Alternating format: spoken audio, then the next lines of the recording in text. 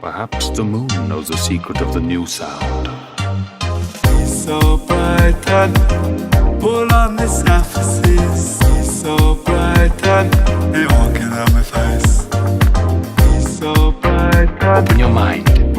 Let us begin our quest to find the new sound. I've got new. Nicey, I've got rice. Look at the shine and everything I need. I've got new. Nicey, Okay, let's have fun. Nicey, I've got new. Nicey, I've got new. Look at the shine and Nicey, I've got new. Nicey, I've got new. look at the shine. he's so bright and bright. Pull on the surfaces. He's so bright and he walking on my face. He's so bright and bright. Pull on the surface. Pull on this. He's so bright and he walking on my face. Better bet him. Nicey, I've got new. Nicey, I've got new. Look at the shine and Nicey, I've got new. Nicey, I've got new. Sound. you must choose. Bimbo, bimbo. My name is Mr. Susan. You must choose, and now it is time for you to do the choosing. I am Mr. Teen. I've got new. You must choose. I've got rice. Look at the shine. I am Mr. Teen. I've got new. You must choose. I've got rice. Look at the shine. Trapped in cabinets, trapped in cabinets. Can he get out? Will he get out? 'Cause he will. You like a single time, Vince, yeah. Single time, Better bet him. you like a single time. He walking on my face. Everything we need here. You like a single time, Vince, yeah. Single time, Better bet him. you like a single time. He walking on my face. I did a rhyme. Better bet him. Nicey, I've got new. Nicey, You better I've got rice. Look at the shine. Nicey, I've got new. Nicey, I've got new. I've got new. Nicey, I've got new. Nicey, you better I've got rice. Look at the shine. Nicey, I've got new. Nicey, I've got new. Look at the shine.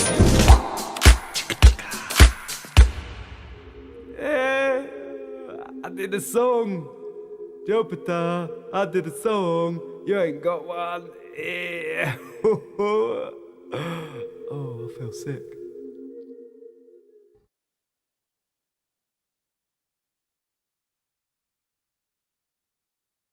Well, hello everyone, and welcome to another Darachat. My name is Daramouthe, or Dara for short, because obviously saying Daramouthe is hard for some people, because they say Daramouthe, and it really doesn't work out well. But anyway, I am joined by none other than the one, the only, DanintheDirt. How are you, sir? You're muted. You're muted. Muted.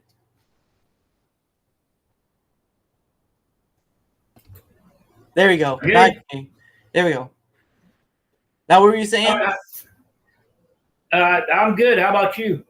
Oh, just trying to enjoy this nice day because the weather has finally gotten down from its ridiculousness of high humidity and heat and just feeling like you're in a cooker pressure and just ugh.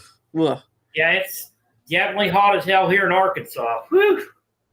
Well, I was out this morning. I'm sure you saw on X. I pulled that trans axle out. yeah. On my garden tractor, and then and my jack has crapped the bed, Oh no. and so I had to do all that by hand. I had to lift up the frame and then wheel the transaxle out and try to fish the gear shifter out from the middle of the frames. Mm. And so that was fun. And then trying to do all that with a stroked right hand and my lower back and hip and leg and stuff, because of the stroke. So Yeah.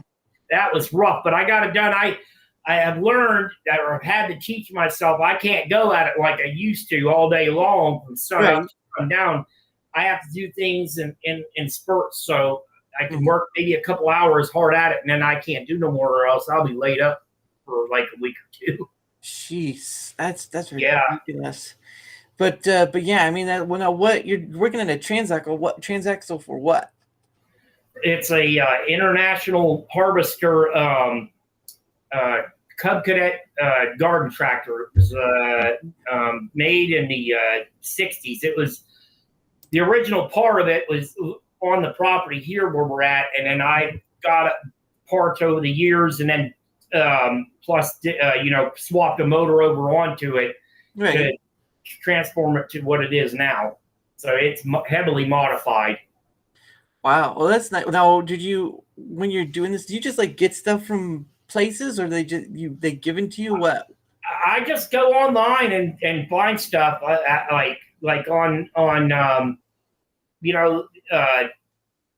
Facebook or wherever, and or I'll be selling or trading stuff, and just trying to like when I built my truck out there, that was another thing I built all on YouTube. When she had her original ride, before it went to the scrap pile, we went and hauled home a 1-ton front end in that damn thing, and like all the parts for it's the same thing. Like I just would go find stuff online and then go get it. Like I went clear to Kansas for a transfer case. Jeez. Yeah. You just your stuff as you can find it or report it. Yeah. Oh yeah. Especially if you have to travel such a long way to go and get it, because that's quite a ways. I'll tell you a scary story. So I told you the Dodge, that 60s Power Wagon I swapped that 4-cylinder Cummins into it. Mm-hmm. I found a bread van on Facebook, and my wife and I had a 1983 Chevy van, had a half-ton in it, or had a half-ton rear end, and it had a 305 V8. We traded that for that P30 van, and it came with a compressor, and everything. Started to drive that van home, and it had bad tires on it because it had sat for years. They had used it and converted it over to using it to service semis on the side of the road. Right. But Dad died, and then he let it set. Mm-hmm. But it had like a gas-powered air compressor in it, stuff like that. And then I wanted the 4-cylinder out of it, and was going to sell all the other parts. I started to drive that thing home. Like I put a starter because it needed a starter, and I got it running. Right. Started to drive that damn thing home, and the one tire blew out, and I scraped the side of a semi, and he must not have realized. He kept going, what happened was because it sat so long, the front brake brake pad stuck.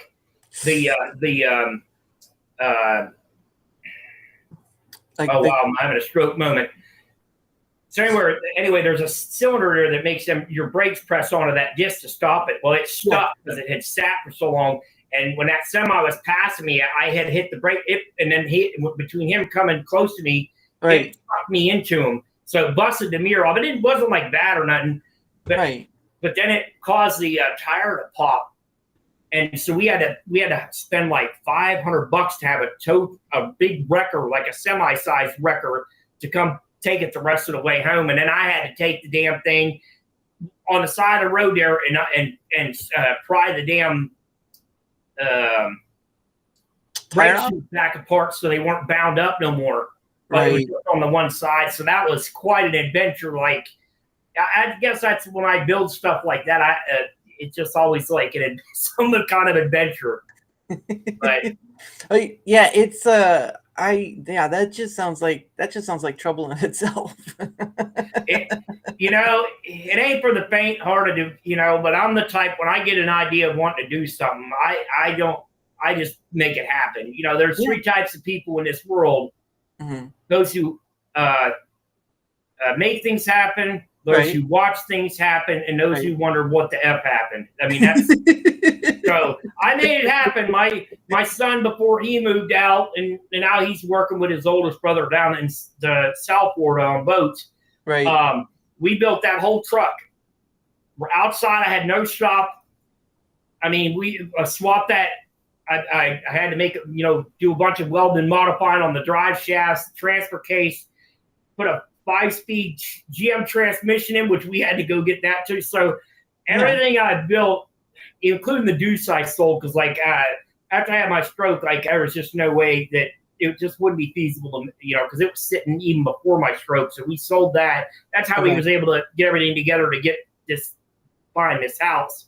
Right. And so everything I build, there's just always seems to be some kind of adventure or some kind of story behind it. Like that deuce, I've had it since 2012 before I had sold it last year, I think it was. And so there's a bunch of stories with that one. I broke down, I sucked a valve down into the engine on that one. I swapped an engine into it, sold the one that was in it to repower it with a more horsepowered engine. Right. And the engine, they had let it run away. Well, we didn't know that. When I go to drive it, because this is when I moved back to Florida with it, it sucked a valve down in. Then I had, luckily was in Georgia, somebody from the group I was a part of, let me bring it to their house and park it there. And then that turned into a crap show. And then finally we got it to a storage place. And then finally got it. I had a private guy with a flatbed. It wasn't private as a company, but it was like just a standard dually pickup with a gooseneck trailer. He hauled it home for us. And then finally I swapped a brand new engine into it, like a new old stock one. And then eventually I sold it. So, but everything just always ends up being some kind of crazy adventure or something. Trying to cut down on the crazy part, the bad crazy. Yeah, bad crazy, not so good. Fun crazy? Yeah, I can live with fun crazy. I just, now that I've had the stroke, I've suffered with diabetes for years, and then I had this stroke working on the house here because I had my son and I were working on the front porch because out there it was getting ready to fall down. Yeah. And we didn't want it to rip the roof off, so we were out there fixing it, and I was hammering above my head while my son was holding the ladder. And when I did that, it caused a vessel in the back of my head to bust. Ooh. And I fell off the ladder, puking violently in front of my son. So we go up to, my wife comes home from work and takes me to the doctor's office. They misdiagnosed it as an ear infection and sent me home. And then I was still really bad sick, and then I was having trouble remembering stuff. Finally, she takes me to the hospital, and I end up in ICU for, I forget how long. They couldn't give me the clot busting medication because the doctor misdiagnosed me having a stroke as an inner ear infection. So they couldn't give me the clot busting medication. And then I ended up in a rehab place for a couple of weeks, and then finally I got to come home. But it took, I would say just in the last couple of months, my ears have finally quit ringing to where I don't have to have the TV blaring so I can actually sleep because of that. And my memory's gotten better. Video games played a huge part in the neuroplasticity part, where my memory's gotten better. But I still have trouble remembering medications and times and dates and stuff like that. And I sleep a lot. At random times, I get tired, and there's just nothing I can do about it. Right. Do stuff. So say if I play video games, that takes brain power. Well, for somebody with a stroke, it's like working all day in a rock quarry. I mean, I'm wiped out, tired from it, and that's just from playing for a few hours. But if there are some days where I'll do some real long streams gaming, that wipes me out for a few days. But even physically, on my right side is weak. So I have to. I've probably lost 25 or 30% of my strength in my right hand, which is my primary hand, and my leg. And I have problems with my back and my hip from it. And there's some other medical problems, but I'm not going to discuss those because they're really personal. But that's understandable. Then, like I said, then I'm constantly struggling with diabetes. I got diagnosed with that in when I was 27. So my grandma had it, my mom had it, my aunt had it. Everybody has in my family just has a real strong tendency to get diabetes. So I got mine early, like my mom did it. She got hers probably around that age too. Right. Yeah, they usually it's usually like two. There's two. There's diabetes 1 and diabetes 2, and I think diabetes 2 is but you can get out of it if you take good care of yourself. Right. Yeah, the one that I have, I think it's. I think you're talking about the type 1. Type 2, I think, is the one that you can't get out of. Like you have it no matter what. Yeah. Whichever way, either way, it's one of them. I have the one you ain't getting out of. Right. Like it's just and that was also what contributed to the stroke, because I didn't take care of my diabetes for a lot of years, and then that makes your arteries harden up and stuff like that. It affects your organs, your bladder, your intestines. I mean, your brain. I mean, everything. So, but it hardened the arteries. That's what contributed. The doctors were saying to the stroke. But I have what's called an unusual stroke. That means that the neurologist was explaining to me a couple of months ago when we went for the checkup, that he's had cases where women have had a stroke just from putting deodorant on.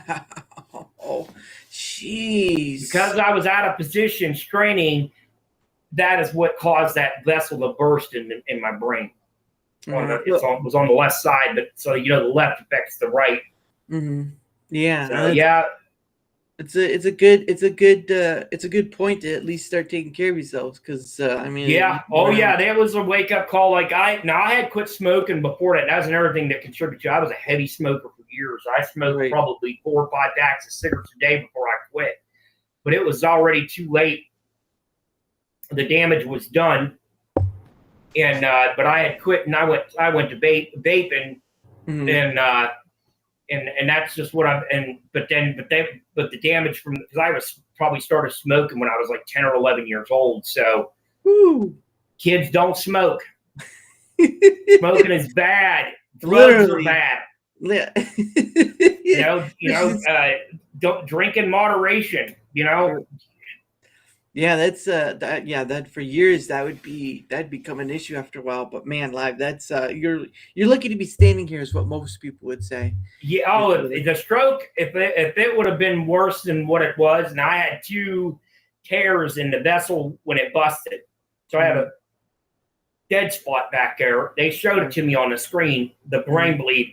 But the brain bleed wouldn't have been as bad if that doctor hadn't misdiagnosed it. They would have been able to treat it better, and it wouldn't have had so much damage. Like my short-term memory screwed. Yeah. It's like I said, sleeping and then the right side weakness. So there's a lot of side effects from a stroke. Yeah. But it's lucky it didn't kill me. Yeah. Because a lot of times, they depending on where you have the stroke and how bad it is, it'll just outright kill you or turn you into a vegetable. Yeah, but you're still working on stuff, though. You're still tinkering. It took a long time. Like it took, even after I came home from the rehab place, it took a long time. Like I still had to have help not now I don't, but when I first got home, I had to have help taking a shower. Like it was awkward and embarrassing to have my son have to help hold me up to get me in the shower. Right. Because my balance was real bad. And, and then, like, when I tried to play video games, my son would have to sit next to me to help me play because I couldn't remember where to go to do stuff, like, on a game. But luckily, because I kept playing games or trying to do stuff like tinker on stuff, that helped the neuroplasticity and helped my brain rewire. So, like I said, just in the last month or 2, I finally got the ringing to stop in my ear. I thank God for that. That took 2 years for that ringing to leave my ears. That's crazy. That's too long for many. But I mean, you're tinkering and of course, Bill.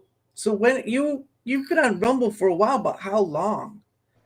I've been on. So I give a big shout out and props to Jeremy from the Quartering. I've had a Rumble account for years, but before like they started putting all that stuff into it and like upgrading and updating it, it was hard to upload content to Rumble. like you know, and I'm not very tech savvy. You know what I mean? Like I'm very primitive. Like I stream PS5 games or whatever, or do Tinker streams with Rumble Studio, but I can't. You know, I had to have help to figure out how to do the screen share. Once I had that, I was up and running. Somebody showed me. But trying to do the overlays, like I wanted to learn how to do them fancy overlays so bad, like how they use OBS, but I do not know how to do any of that. Yeah, it's always best to work within what you can. Like for me, I don't have overlays or whatever, so you're not gonna find that for me. But I mean, I use different programs for different things. Like I use Canva for making my thumbnails. I use Opus.pro for making my shorts. I also use Claude.ai to kind of help with stuff here and there. Yeah, I'll have to have you send me some links for that. Like how to make like custom thumbnails. Like I wanted to be able to do my other thing. I at least want to try to do is video like for my channel. So like so I can like put that on, and like be able to do stuff like that, or just do some weird custom thumbnails. So just some, but I'm a big tech boomer, dude. I'm just, you know what I mean? You hand me a welder or a box of tools, and I can dream up just about anything with that stuff. But man, you'd put a laptop or a computer in front of me, and I couldn't fight my way out of a paper bag trying to figure that out. Well, I mean, again, like I said, you have to work within your means, because if you're not going to enjoy it, you're just going to like pass it off, whatever. Here, I'll show you what Canva looks like, so you can. So this is. Oh, I gotta put on presentation. You know, like I have stuff to game on this laptop. Yeah, see, that's cool. Yeah, it's pretty. I mean, it's pretty simple. I'll go to Solon. So it's pretty simple. Like you can upload thumbnail or pictures of people. Actually, this is just people. Yeah, just send me the link to that on X. Just DM like some links or useful links to me, and I'll see if I can decipher them. Yeah, it's not that hard. It's not that hard to get to know, but it is going to require some learning mobility. Like you're going to have to sit down. You kind of just have to play around with it, because it will be difficult at first if you don't know how to do that sort of thing. So let me stop sharing that screen and let me share the next screen over, because I'm not sharing the right screen. Okay, so here's my solo template, right? So I can drag this around pretty easily. I can make a text box like that, and then do that, but all that stuff. And I'm just really basic, simple. Like I put red in the background, but this is basic. Yeah, see, I like that. See, that's pretty simple to do that. So yeah, send me the link for that place. Sure. And I'll check it out. Yeah. And because like I said, I mean, like my creative stuff. So like you can see that one. Now I scratch built that big thing up there behind me that's glowing real bright. Yeah. Obviously, all this will get set up real nice and better at the new place. But that is the box. I built that from scratch from the box art cover for the Air Fortress game for NES. Right. It was one of my favorite games as a kid, and I built that. So that is the Air Fortress. I built it out of wood and paint, glue, and then I got a like a half globe off of Amazon, and I built it. Nice. Yeah. And then I have that moon that lights up, but it lights too bright. I was trying to see if maybe there's a way I could dim it further than what it'll allow, like through the controller thing. Like maybe do something over the lights or something, because it's just too bright still. But and then I like doing stuff with lights and black lights. I just love to do stuff like that. So yeah. And then I got this RC car over here. I can grab it real quick. Right. It's right, sitting literally right next to me. Hang on. Boom. Okay.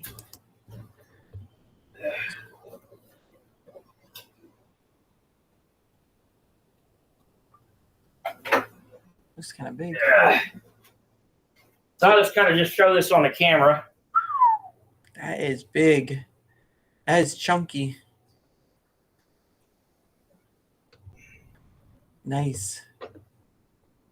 That is big. And But that's one of my RC projects that I was working on. Let me grab my headset or my little earbuds here. So I'm just I always like tinkering on stuff. That's just my thing. Like ever since I was a little kid, I like to just build and tinker and play games on console. I play on my PS5 and waiting for the Pro to come out. Yeah. Oh, the PS5 Pro. Yeah. Yeah. I've been on Sony products since I was able to afford to buy my own.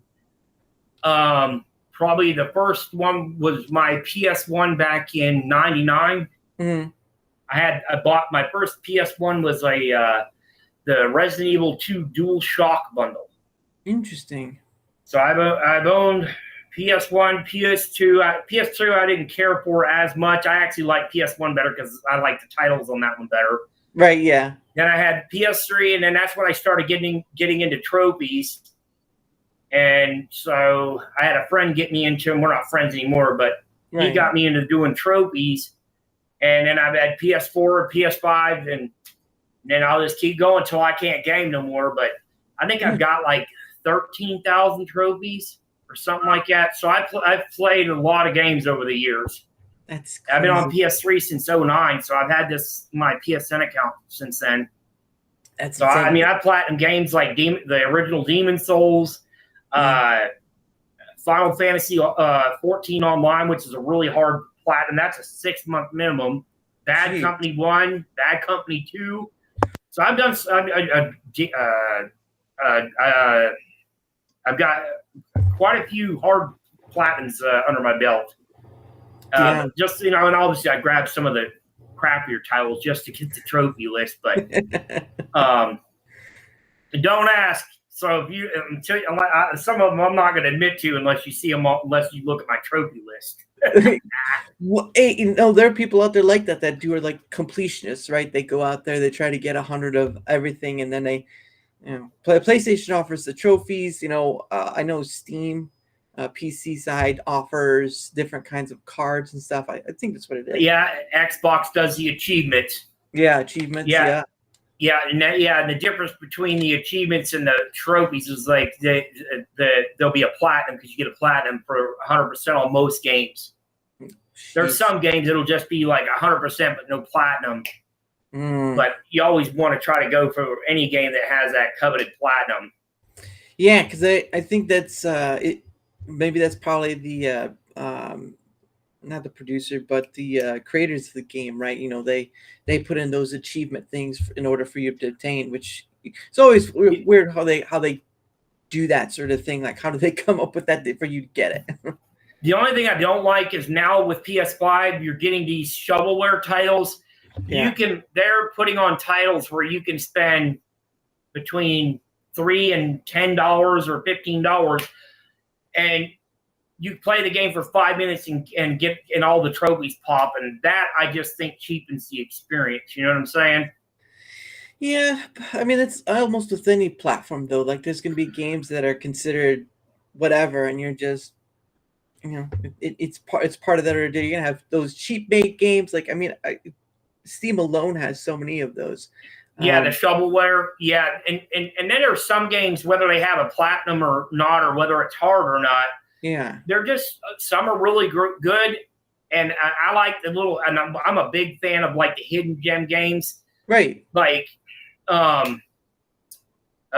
ones that not a lot of people can say they know about or played. Like I like those ones, and I'm a big into retro games, obviously, because I grew up in the '80s. So yeah, like anything that's a remake, or whatever. Like I think Tiger Healy they've remade. They did that Wizardry game. They did Zombies Ate My Neighbor, Zero Tolerance. Like they all got kind of re-released over onto the consoles, like for like the modern consoles. So I really like that. Or like they took Resident Evil 4 and then now they've remade that, and so like that I've almost got my platinum on that. I've got a couple trophies left and I'm finished. Yeah. For that one, but I like I platinumed the new Resident Evil remake. That was the Resident Evil 2. I did the Resident Evil 1 remake they did. It was like not done in the PS5 version, but I think it was on PS4. Oh, okay. I did that one. The Resident Evil 2's remake, Resident Evil 3, working on 4, and then I've got some of the other ones, stuff like they've released. I've also got Resident Evil. I platinum Resident Evil 5 on was it PS3. But I have like Resident Evil 6. I have Resident Evil 7 that I haven't gotten around to. But a lot of times, like I jump around playing games too, and just I like to play a lot of different games. I don't. I'm not a big fan of sports games or race car games. I love off-road games like Mud Runner or Snow Runner. I love playing those. But I do not like racing games or fighting games. They just bore the hell out of me. Now, if it's like a wrestling game, like back in the day, like on Sega or on like the early PlayStation, like I like the wrestling games. Yeah. And occasionally, like some of the boxing games, like PS2 had that Rocky game, and they did a Creed version. I got it on my PS5 here, but the Rocky game on PS2, like I really like that game. You know, right? Who doesn't like Rocky? Yeah. And so I like to play a lot, but my biggest genre that I love to play though is RPGs. I love RPGs. Right. Is my favorite, and so I will but I'd like to play a lot of different stuff. That was everything with getting into trophies. Like I got into a lot of different game stuff, like genres and areas that if I didn't get into trophies, I would have never discovered that I liked playing games like that, you know? So and that's everything with doing trophies or achievements. It allows you to play other games that you maybe normally would never think about or pass on, you know? But I know genres that I suck at or just am not interested in. And I'll tell you, you play the original Mortal Kombat games on Sega, and if you sucked at those, you just suck. Yeah, at those games, and like that's just how it's been in my head since I was a kid. Yeah, and like platforming games too. I'm terrible at platform games like Crash Bandicoot and stuff. I like the Crash character, but I suck at them. Like Mega Man. I love Mega Man. Like I even have like one of the shirts, but I just have so much trouble with platform games. So that I don't mind playing, but I just know I'm probably not going to do much with them. Right. Yeah, because when I first saw you, you weren't playing a game. You were working on some. I think it was your RC car stuff, because you were working on something technical. But it was long. It was like when you were first starting out. It felt like because you were using Rumble Studios at the time, and I was probably doing my Pay It Forward stream. I think that's how I met you, was through the Pay It Forward stream, and yeah, you were just kind of on here, just kind of doing your thing like most people do, and you know, and there's someone else who recommended you too, but I couldn't remember who they were. See, it's a funny thing. I appreciate the donations, because you know a lot of this stuff it's expensive to work on. I love to share things that I enjoy or things that I'm working on, but it gets expensive. And so the donations, that's pretty much what they go for, is all this stuff around here that I'm working on. Yeah. You know, like I just take my hands and start getting to hammering and wrenching on something or welding on it or whatever. That's what all that stuff goes for. So, you know, I'm not one of those persons that's trying to sell you fortune jars. You know what I'm saying? Well, you're probably, you know, be like Amish who does like the 3D printing stuff, except you do more with your hands. Try some of that. Yeah. My stepdad, after my mom had passed, had got me a 3D printer, but I ended up with this recliner that I'm sitting on, because we ended up returning 2 printers. We just had so much trouble with them, and I was still like having trouble with the stroke stuff. So I just had stepped back from it. Excuse me. But hopefully after we move, I'll try to get back into print again, because I like printing RC car stuff or just seeing stuff. Like my stepdad did my Rumble logo back here, because he's real big into 3D printing.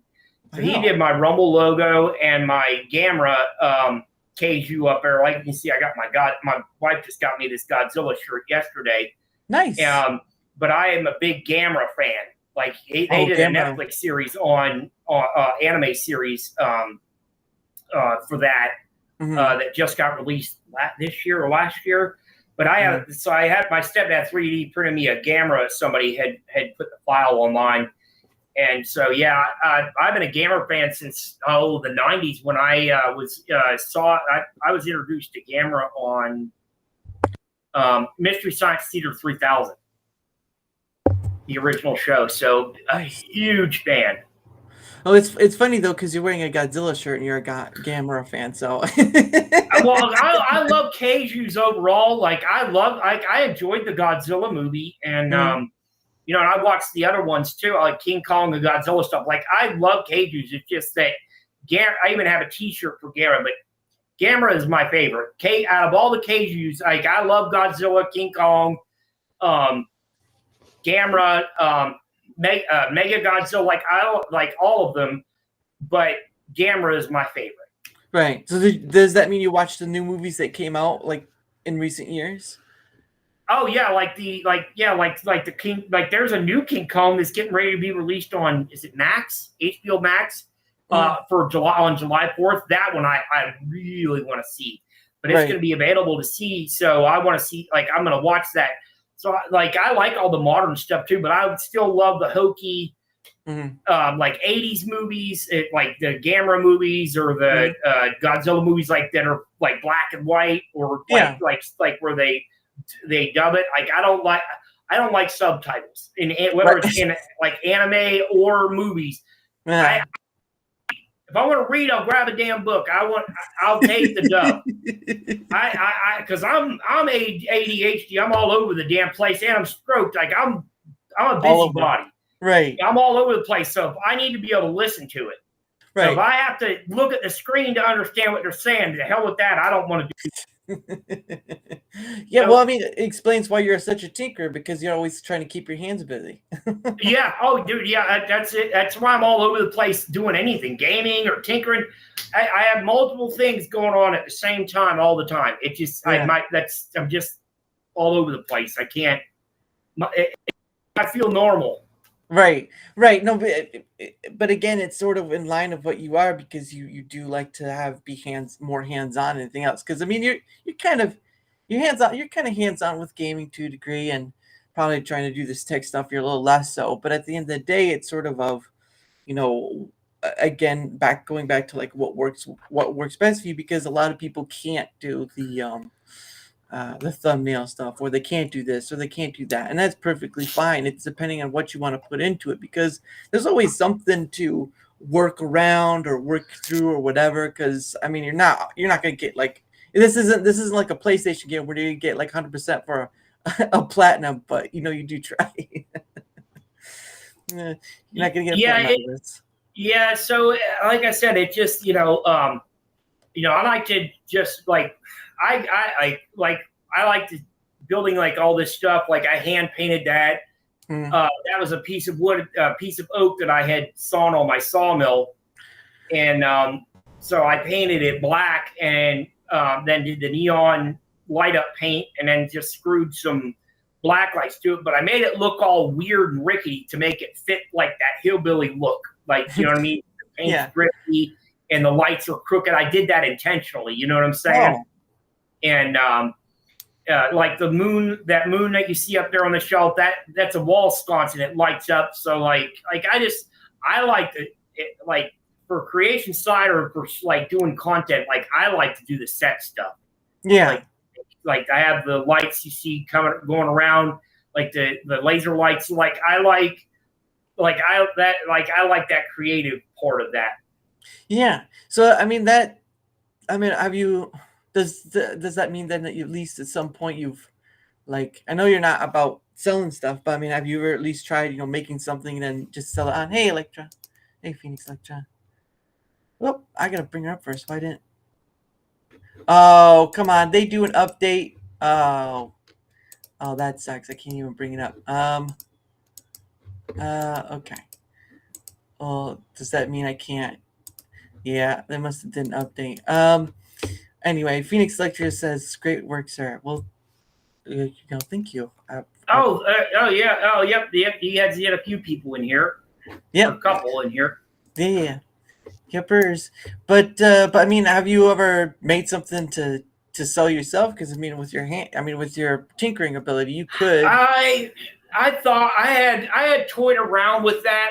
Because one thing I had thought about, because I like to do the DIY kind of thing, or the rural life type stuff, or like doing outdoors, like tinkering or gardening. I like to mess around with stuff like that. I had thought about maybe like making something that maybe people could put together, like maybe a model or some kind of something that people could do with their hands, and then like either they could get it for themselves or get one for themselves and maybe their kid and put it together. Like I thought about doing something like that, you know what I mean? Because I'd rather promote so I kind of take the Dirty Jobs guy, Mike Rowe. I take his approach with, like, when I look at stuff when it comes to whether it's adults or kids. I would just rather see people like look at my content and maybe inspire them to do something. I love technical questions. Like if people see me building their tinkering, like I'll get a lot of technical questions. Like I did some videos on a mower I modified, an old Yazoo motor, and like I would get questions about that, or like when I built that Dodge with the Cummins, I would get technical questions. So I love stuff like that. I think like for me, it's like a badge of honor to try to promote like stuff that's healthy for people to do. You know what I'm saying? Right. Like not like letting their brains be filled up with propaganda or the woke propaganda crap, or like to have people to where they're not so outraged all the time. Like I would rather promote just stuff that's like normal, like normie stuff. Right. Where you don't have to be angry all the time. Like, oh, somebody will do a review about how woke some Disney stuff is or whatever. Right. And people get all triggered, and whether you're on the left or the right of that argument. Yeah. It's just this constant rage bait crap. And I just try to be anti that and anti any of that stuff. I just, because I'm also, I know things are political too. Like I can be very political, but I like this content here that I create because it's like a neutral zone, right? Where it's away from like politics or religion or any of that stuff. Right. But to switch gears, like I'm like real big on like your constitutional rights. I hate the Federal Reserve, private banking cartel. They're the biggest reason we're in this mess. And I don't like corrupt politicians on either side of the aisle.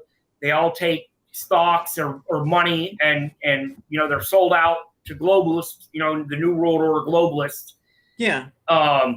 And so I'm real big. I'm vehemently against that. And I don't like, and I like good policing, but I'm vehemently against things like civil asset forfeiture and when qualified immunity is abused. Really hate that stuff. Like with civil asset forfeiture, you wouldn't believe this happens in the United States, but it does. They can take your property. Like say you had a lot of money, like there was one that Institute for Justice did a video, or this black man was going out to go buy another semi for his trucking company. He had it in cash. Well, he got pulled over by the police on his way out. I think it was to California to pay for this truck to bring it home for his business. Right. They asked him, and I forget which state it was in, because some states have banned civil asset forfeiture, but some haven't. And the federal government loves civil asset forfeiture. Well, what happened was they took his money. After they pulled him over, they asked him if he had cash in his car. And he said, yes, but you don't have to tell them that.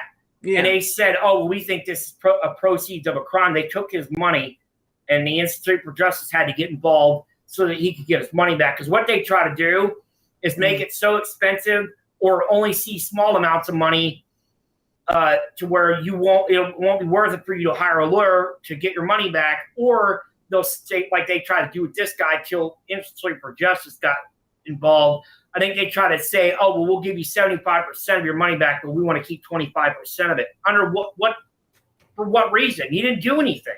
Right. No crime. So, a civil asset forfeiture in a nutshell means that the government could come in through the police and accuse your property of being part of a crime, even though you were never charged with a crime, never arrested, and just take your stuff. Right. So under the, under the Fourth Amendment of the Constitution, you have the right to be securing your person, your property, your persons, and your effects. Right. And so it just completely violates the Constitution, but yet they have it on the books and they abuse the hell out of it. So I'm really against that stuff. Right. I don't want Mad Max, but I don't want a police state either. Well, Mad Max would be from a lot of things. It wouldn't just be from one thing, that's for sure. Oh yeah. Well, they keep playing around with these viruses, and now we got these morons in government trying to start crap to where could be nuked. So yeah, I'm just so I'm a real big fan of Constitution, like the Constitution and what our founding fathers had intended. Mm-hmm.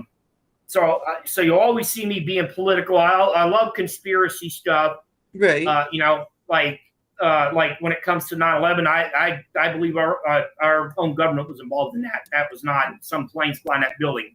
I'm a certified structural welder. There's no way that what happened with that. When you start asking questions about Building 7, that tattles on all of it. Mm-hmm. And so I'm real big, like I said, real big on freedom, and you always question anything the government says. I mean, if you look at what happened during the Rona, that in itself should make you question everything that's going on, like anything our government says. Right. Yeah. So like always question everything. Never take somebody's word for it, and don't let the government hold your hand, kind of thing.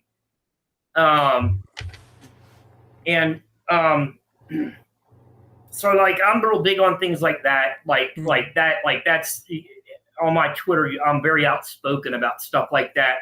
Right. I'm big on hashtag. I put the hashtag hands off kids. And that is another thing. I don't care what you do as an adult. Don't care if you're religious or you ain't, whatever. Right. Leave kids out of adult stuff. Like, don't put that in kids' TV or movies. Like, leave kids to grow up without, that kind of stuff being pushed on, kind of thing. Right. Yeah, and that makes sense because, obviously what affects. Oh, you're reading. I'll interrupt you. One of your audience said, agreed trading is a neutral ground. Also would rather show someone how to rather than do for them.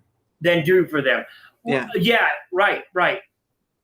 Yeah. No. And Phoenix Electra does pretty well at showing people what she does for like her sewing and stuff. So she does pretty well.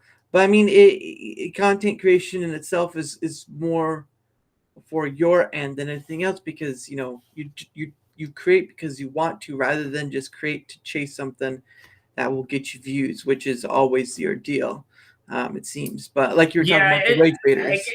I think it's really content creation overall for me is more like a self-serving need, because I'm really antisocial. You know what I mean? Like doing this stuff like helps me not be so antisocial, like content creation, and now like talking to people like this.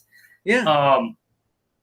But it's always been a self-serving need, like it's like my way to kind of come out to the world, like to show people things that I enjoy doing. Yeah. I think like I don't ever have these notions of being like making big money or nothing, but I always appreciate when people have donated money because it has helped in one way or another, whether it was funding projects or whenever after I had my stroke, that was when I had learned to, I guess because I was real funny about asking people for money.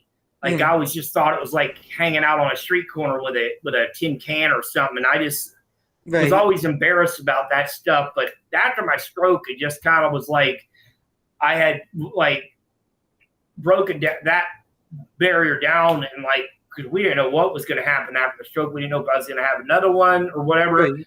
And that was when I really where I broke that down and was like, well, maybe I should start seeing if maybe we can get some donations for some help. And so now I just am like, people want to donate, they can just do it just because it funds what they get to see. Yeah, you know, funds more projects. Yeah. Yeah, it's not like I'm trying to buy some kind of electric car or I hate those damn things anyway. By the way, or like fund some trip to Europe or some nonsense. You know what I mean? Like everything that I've gotten has always been used to either for more content creation or has helped us to where we were able to now get a loan to buy a house. So, you know, I just think that that's where people should be at with content is not so much like, I don't know, I wouldn't say like the money aspect of it, but just you do it because it's something in you. You know what I mean? It's like that artistic urge. Like when I build stuff, I think that's the other reason why I like doing content creation is because there's like an art form to it. And you know, it's and no, yeah, you're right. It can. I mean, it's not. I don't consider what I do an art form. I just consider it a connecting bridge. But no, there's, you know, you had Michael Keane on. He's an artiste in himself, and he does pretty well. You have gamers like yourself who, it's most likely it's more their personality that's being the art for them. But you know, certain games they play. Maybe that like you with the finding the games that no one really notices or knows well about, you know. Right. Can be art. And I like to have a little bit of showmanship. Like I'll make jokes and I'll be raunchy or funny. Like my thumbnails I use on Rumble. And now that I've been doing this game casting series, I'm making fun of the OnlyFans chicks, you know, because it's like a way to joke about it, but make fun of it. Like, you know what I mean? So I try to be funny or lighthearted. You know, so I've done some parody content. Like I made fun of classified documents. Like I did a skit, I think it's on my Rumble and on my YouTube, where I did classified documents were found in my truck. Yeah. And there was Parmesan cheese all over them, like making fun of Joe Biden and his son. And I did another parody of Paul Pelosi where I'm laying in a bed with a beer bottle and a hammer, and then I'm in my britches.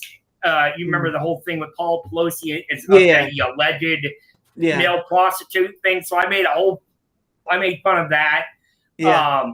I did one where I was driving in a circle on my garden tractor before I had to start repairing it or whatever, and I had like a dummy doll head. Is she up there right now, Chucky? So I even made fun of Jen Psaki and took a dummy head with red hair, and I used that in skits. I just had it on my tractor and act like I was Joe Biden sniffing it and going in a circle in my tractor in a suit.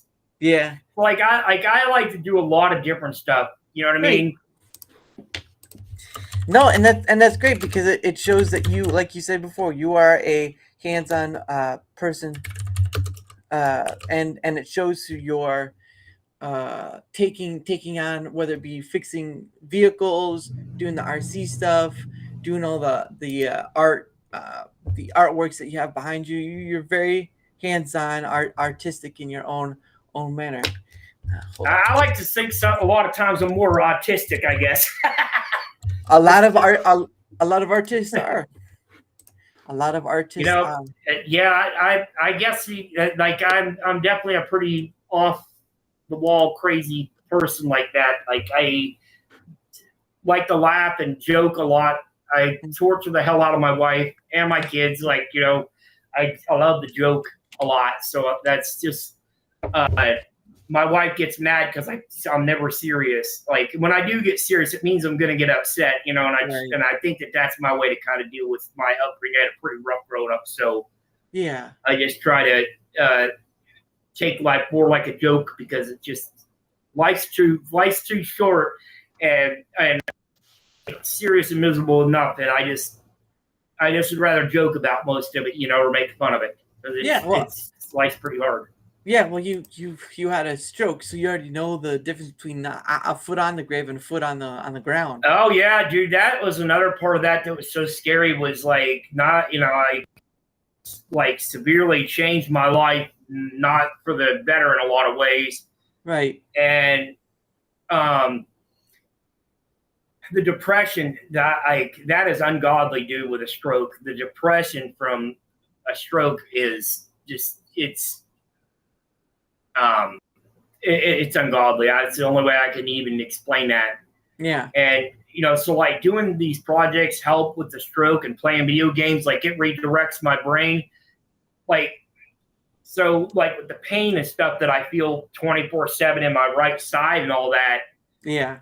Games and doing this stuff, because it keeps my brain on that, will actually give me the pain relief. That's good. Yeah. So, but yeah, that's some scary stuff, dude. Like having a stroke, and then you're like, well, am I going to end up having another one? And yeah, take all these damn pills and vitamins and and life's short. I'm only 43 years old, so like hopefully what people would take from that is take care of your health. Yep. And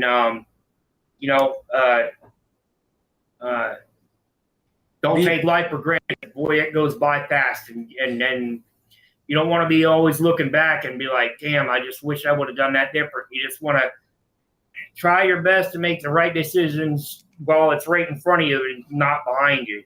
Yeah, no, and I tried to bring that up, every now and again too. It's like, your life's not infinite, and for people to go, because it's the same when you talk about the rage baiting and all that stuff on the social media or whatnot. It's wasted time, because at the end of the day, what are they doing to change the outcome, right? I mean, you can complain about like the Star Wars and Disney and all that stuff and say it's dead, but when you treat it like it's not dead, you're really not doing anything different.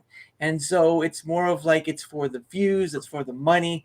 Of course, some of these bigger people have people they have to support, but at the end of the day, it's like, you really haven't changed much. You're just talking about it. You're not really doing anything other than talking. And I think that's one of the things missing is action. Yeah, it just doesn't. Yeah, a lot of that stuff, like for me, I think just once you do a review and just say it, okay, it was terrible or it was good, and then if it was woke, just leave it at that. But they content mine the hell out of it, and then people get all up in arms and want to get out the pitchforks and the torches. But I just like that content after a while for me. Like I just can't do it. You know what I mean? It sucks the life out of you, because then you're angry about it. I mean, you should be aware of how stuff happens, and it just gets to where it's too much. Like it's so much now that it's everywhere. I mean, I get that. I can see where people are angry because they're tired of stuff being forced down their throat. Like they've had enough. Yeah. And I get that. But like I said, that's why it's just nice to have stuff that's just not that. Like to be able to unplug away from it, go and touch grass, do something. Yeah, because it's too much. It's too much of a focus on what should change, but it's not really changing, because what are you doing?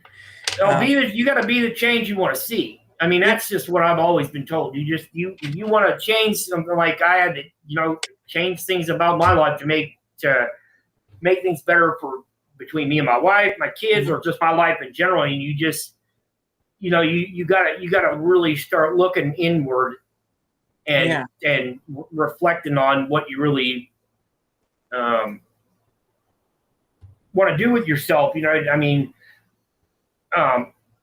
philosophically, like my thing is like, whenever I finally go, I just want to be remembered as trying to be a good person. I don't want to be remembered as like a piece of garbage and an asshole, to be frank. Yeah. Or a piece of crap. So yeah, which is always going to be a tough thing, because then you have those other people out there that are kind of like that, and they just like, they enjoy being that. So they enjoy being those things that are just sort of a dumb sort of time waster. Like I get there's points where you have to kind of show a bit of anger and whatnot, but anger is really short-lived. It's sort of like a shooting star. It shortens your life if you're angry all the time. Like I've always, for most of my life, just because of how I was brought up with constant chaos, I always carried a chip on my shoulder, and and now after the stroke, like that really just humbled me in the sense that just don't carry all that baggage around with you and be angry all the time. And so, I try not to consume too much of the rage bait type content or shit that makes you angry. Excuse my French guy, but I just can't. It just, because then it just sticks to you. And I just, excuse me, like I would rather just try to find content that makes me feel good or gives me knowledge. Like I study the real estate market because now we're trying to buy our first house. Yeah. So I watch real estate channels. I ask questions to those channels, and I ask people that know more than I do. And that's just with anything. And like I try to, I love to research and stuff. So I even when I'm building on projects like this new RC boat I'm going to be getting, or it's on the way, but just getting all this stuff together to do that build. Do a lot of research, watching videos, asking questions to people that have, creators that have put stuff out about it, or going on forums and reading stuff. And so I like to devote my time to stuff that is what I prefer, more positive or normie type stuff. Yeah. And there's nothing wrong with that, because it's more needed than most, especially when majority of people are chasing out of it. But before we go any further, so I need to. So I'm going to do something. I'm going to be refreshing this Rumble Studios because I think they updated it, so I need to refresh it. So you have the link just in case you get knocked off, but you should still be fine. So everyone who's still watching, it will probably be a minute or two, but I'm going to refresh it, come back in, and hopefully things will be a bit better because I can't pin messages. I can't bring up my stuff. So just give me 1 or 2 minutes, and I'll be right back. So hold on.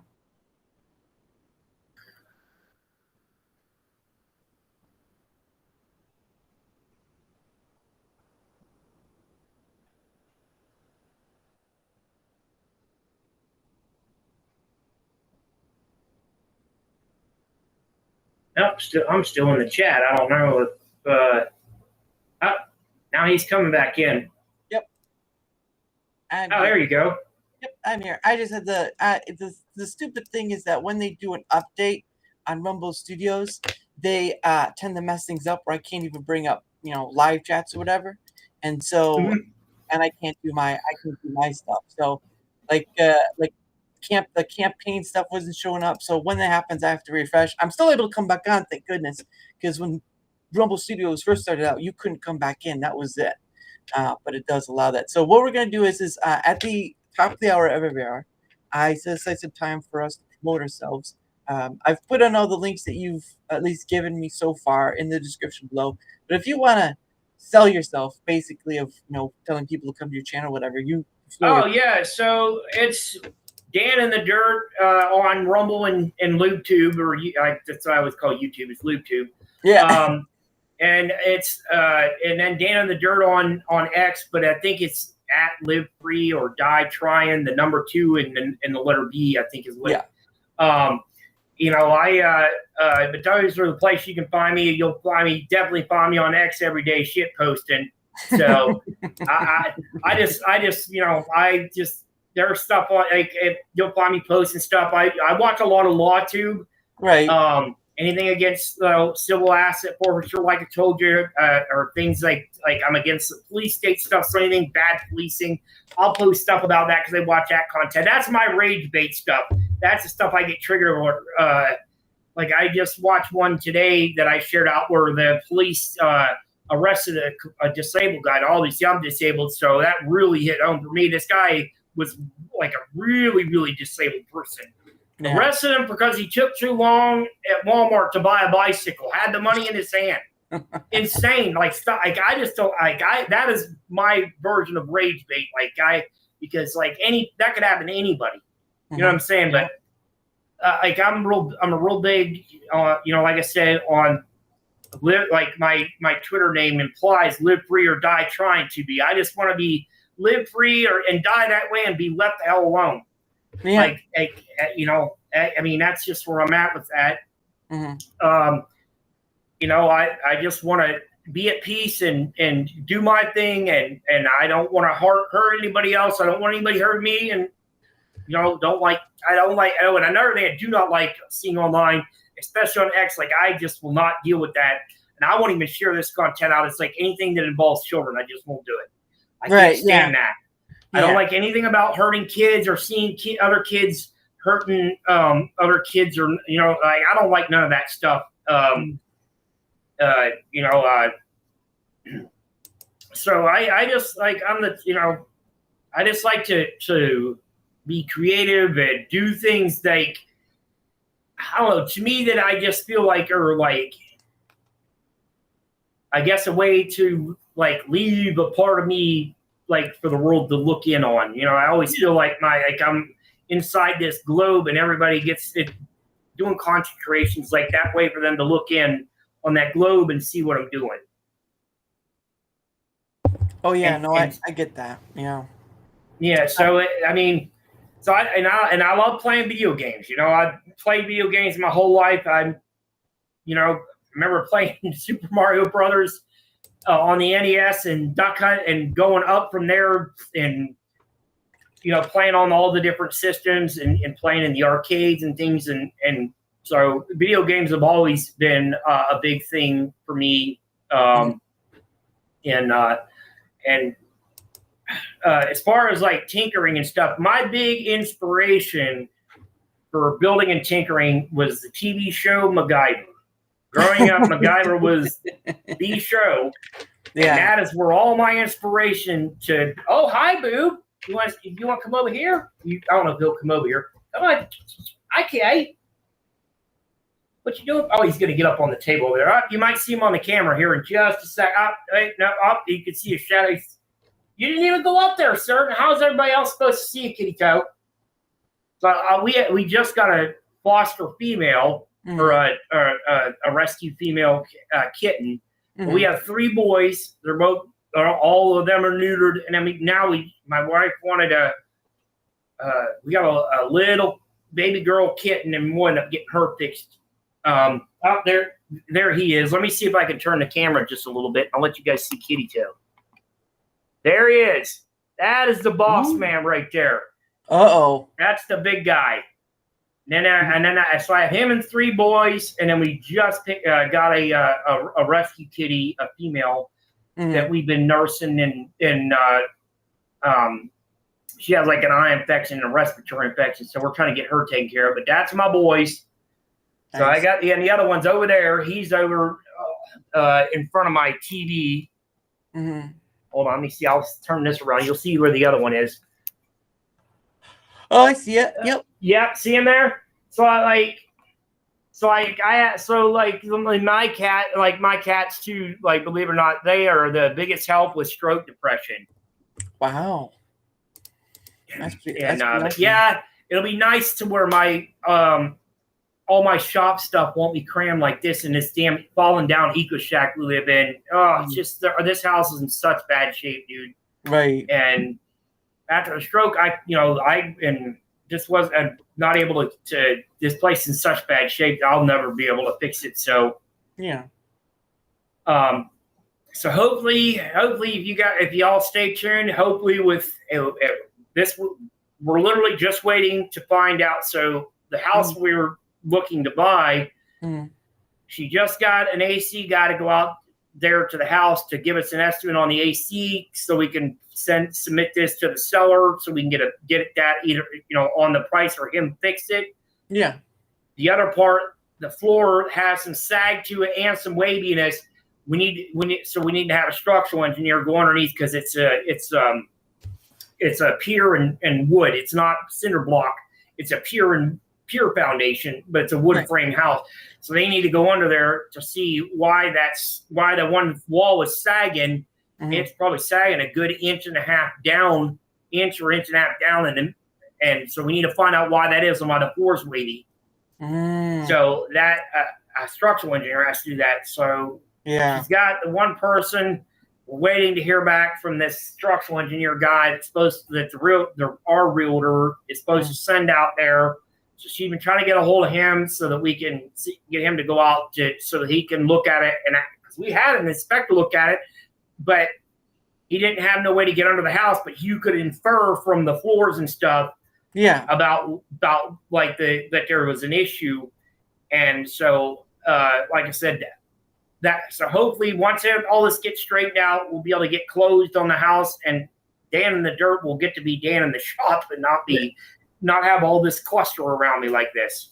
I have all my garage stuff and my game stuff like all in this back habit here, and then out on that front porch.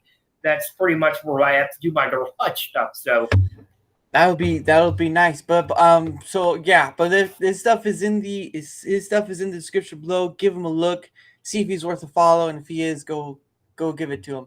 But anyway, so I have a two-parter. And of course, because I got to do two very different things. But the first off is I stream to both YouTube and Rumble at Daramouthe.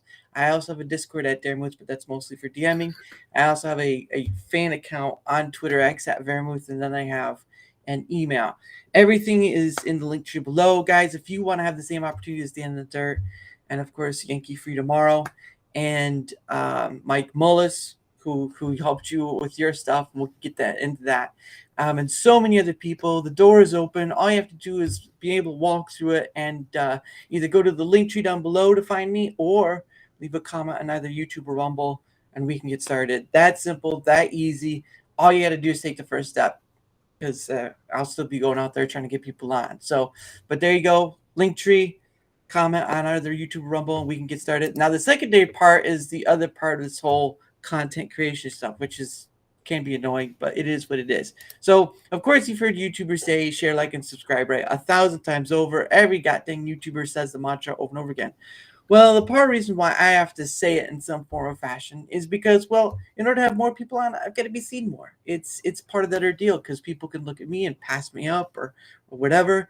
And so the point of the matter is that if I want to have more people on, I've got to be seen more. It's that catch-22 thing. Not the funnest thing in the world, but I digress. It is what it is. So if you leave a like, a comment, a follow, or share it, it doesn't really matter whether it's one of it or all of it. Anything helps, because again, I am looking to have more and more people on. July is not full yet. I'm waiting on a day or two to talk to somebody to bring them on. But at the end of the day, July only has 1 or 2 days left, and I will have July fully filled. And then we'll be on to August and doing all that stuff. So again, month number 4 coming down the way. A lot of people on. I still don't even know how many people I've had on so far. That's how many people I have had on. So I think at this point I'm counting around 60. Oh, I wanted to pause you for a second. I do have my locals as well. Oh, yeah. Yeah, remember, you're a part of that, right? Wasn't it you that one that I get sent the links to? Oh, no, you sent me a link to a video, but I don't use locals. Yeah, yet, so I have some of like the house stuff. Like I just wanted to say, like, I will put stuff, like, behind a paywall for people to go and check out too. They're a little more personal than my regular stuff. Yeah, and that's good too. Yeah, you'll have to give me you can join you'll have to give me your link to your locals, because I think you only gave me to your Rumble and stuff. So don't forget to send me that. But yeah, just either one of it or all of it. Anything helps, because I'm looking forward to having so many different people on, so many different perspectives, and we can just have fun talking about whatever. So you guys have been here long enough. You should know this. But anyway, thank you for that. But yeah, no, you just sent me the video to look at it, and but yeah, I haven't really used locals, because if they're gonna have a membership ordeal on Rumble, and then you have sort of locals being its thing, it's sort of, they should just tie them together at this point, because it's like, I know. And the other thing with locals that I did not know and don't care for is they have a limit on how much you can upload in a week or a month. Really? Videos, and that's kind of, to me, that part of it, that should not be there. You should be able, if you want people to use locals, you gotta be able to upload whatever you want. Yeah. And that's the thing, right, where they're it seems like they're going to be slowly trying to, because Rumble owns locals. It's not its own anymore. Rumble's. So hopefully over a period of time, they'll be combined more, because Rumble doesn't have very much for their memberships. It's just a highlight bar and emotes. But they kind of need membership only streams or subscriber streams, which locals has, and some other stuff as well. But it just needs to get there. They already have the stuff. They don't need to make something new on Rumble. They just need to combine their two factions together, because it's kind of pointless for memberships on Rumble if we can't.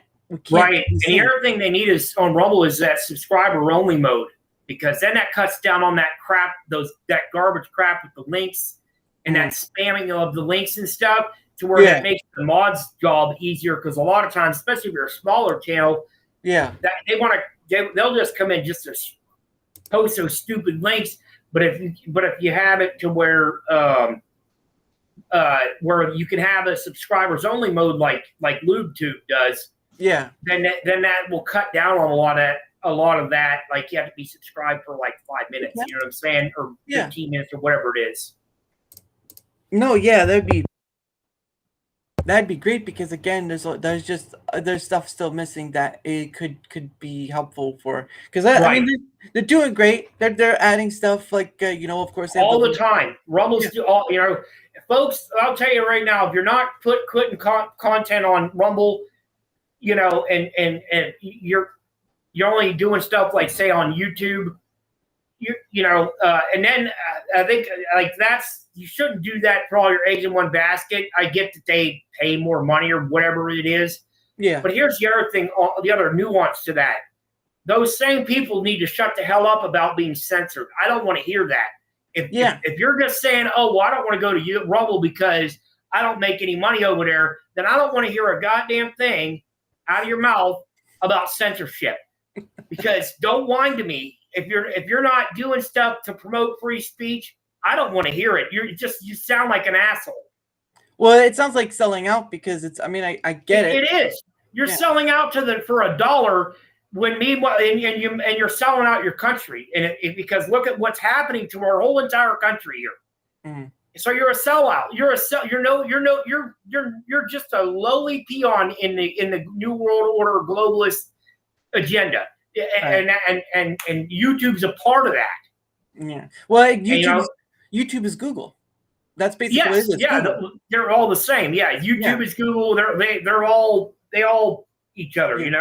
Yep. And the funny thing is, like, I get the part of the thing they're giving, but at the end of the day, when thing happens, when they get demonetized or banned, wrongly so or whatever, they have to go to another platform to get help. I mean, same for Rumble too. Obviously, there's been people who had to go to Twitter X to do that, but at the end of the day, they have to go to another platform to get something resolved on YouTube. And I'm just like, so what you're saying is you're only there for the money and the reach, which is basically the case.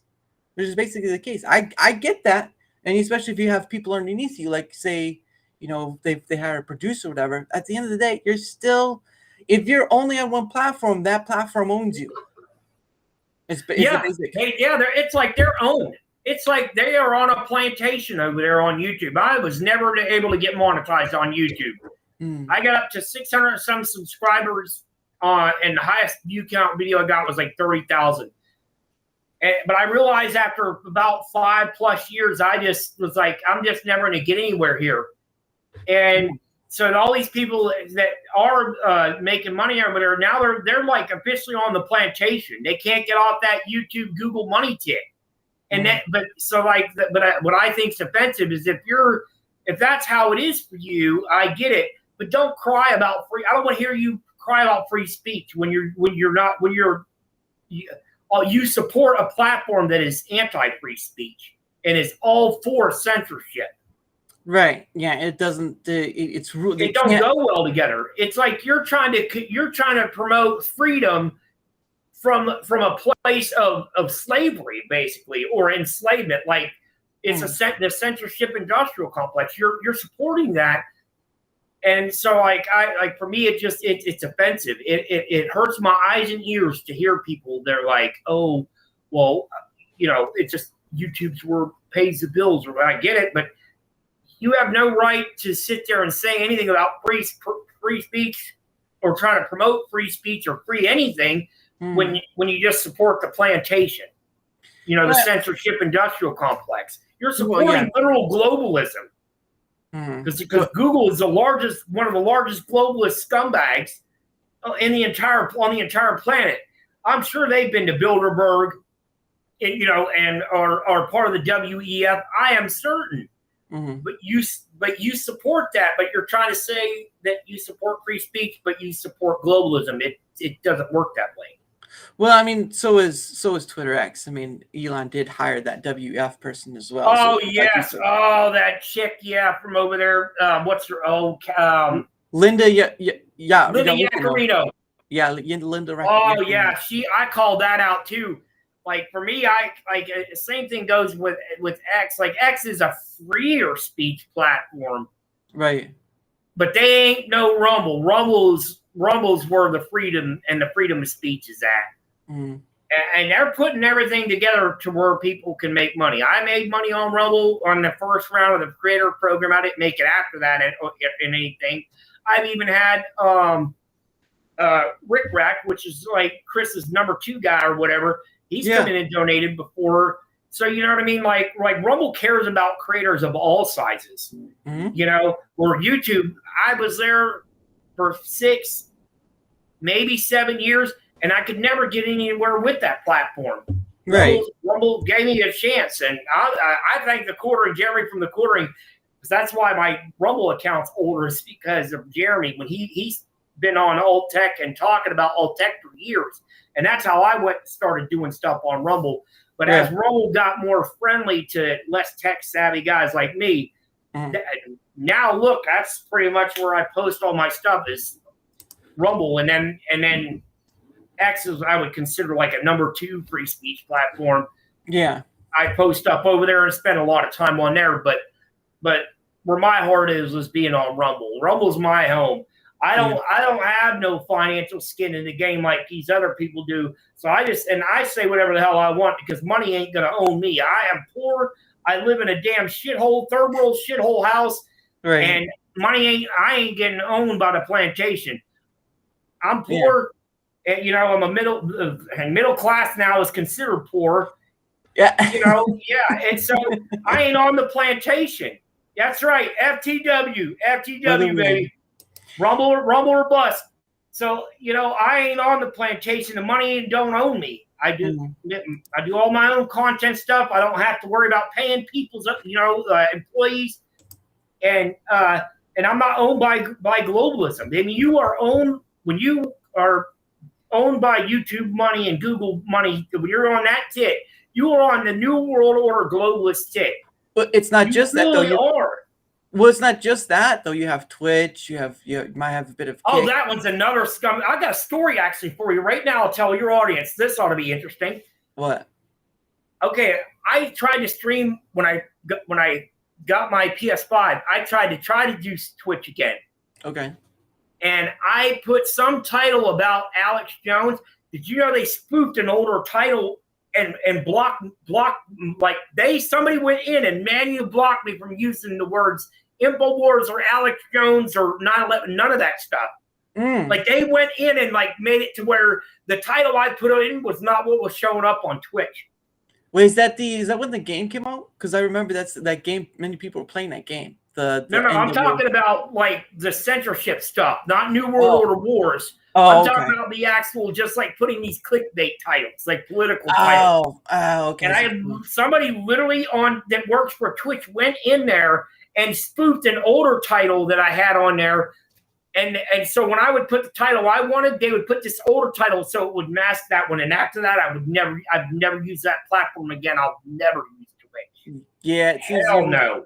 Seems to be mostly for the thoughts and VTubers. It seems at this point. Yeah, who the hell wants to watch people fart in jars or sell you their dirty bathwater? And here's another thing. Remember, I told you the hashtag hands off kids. That is all those people that are on there that do that stuff. They know that kids watch that content, and they're just as guilty as a pedophile, and they all belong in wood chippers. I see. Yeah, I know I know that Dr. Disrespect stuff came out, and that was sort of a push, make or break one, as well. He openly. So there's a bunch of stuff that's come out about that where he was set up or they're saying or something. Yeah. But dude, you even admitted that you knew that girl was, even if it was a fake one, you thought it was a minor, and you were okay with that. So that's on that dude to live with. I already knew when this all first started. I was like, once you get accused of being a pedophile, that's it. It's over for you, bud. Yeah. you're done. And so, that's another thing. Like, my advice to creators is don't let the little head do all the thinking for you, because it'll get you in trouble. Well, just don't speak to anyone you don't know. Right. And don't get yourself involved in an inappropriate relationship with somebody that you cannot even confirm who they are. Yeah. I just leave it at, if you don't know who the person is, you don't get in a conversation with them. You keep it business only.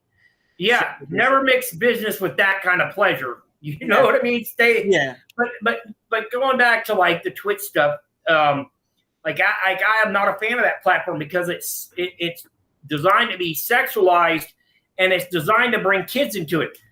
That, like YouTube's just as guilty. They have a video that, and I believe it's still up over there, I haven't checked, where these two alternative lifestyle males had a towel up as a partition, and the one dude was laying on his belly trying to guess what he had up his rear end. And that was allowed to be seen by kids. And YouTube would not take it down. Now, if that was you or I, like doing like normal stuff with a woman, we would have the cops beating down our door. We'd never be allowed on social media ever again. Why is it somebody else gets that kind of privilege or that kind of power to do that, and then have that kind of power to even put it in front of kids?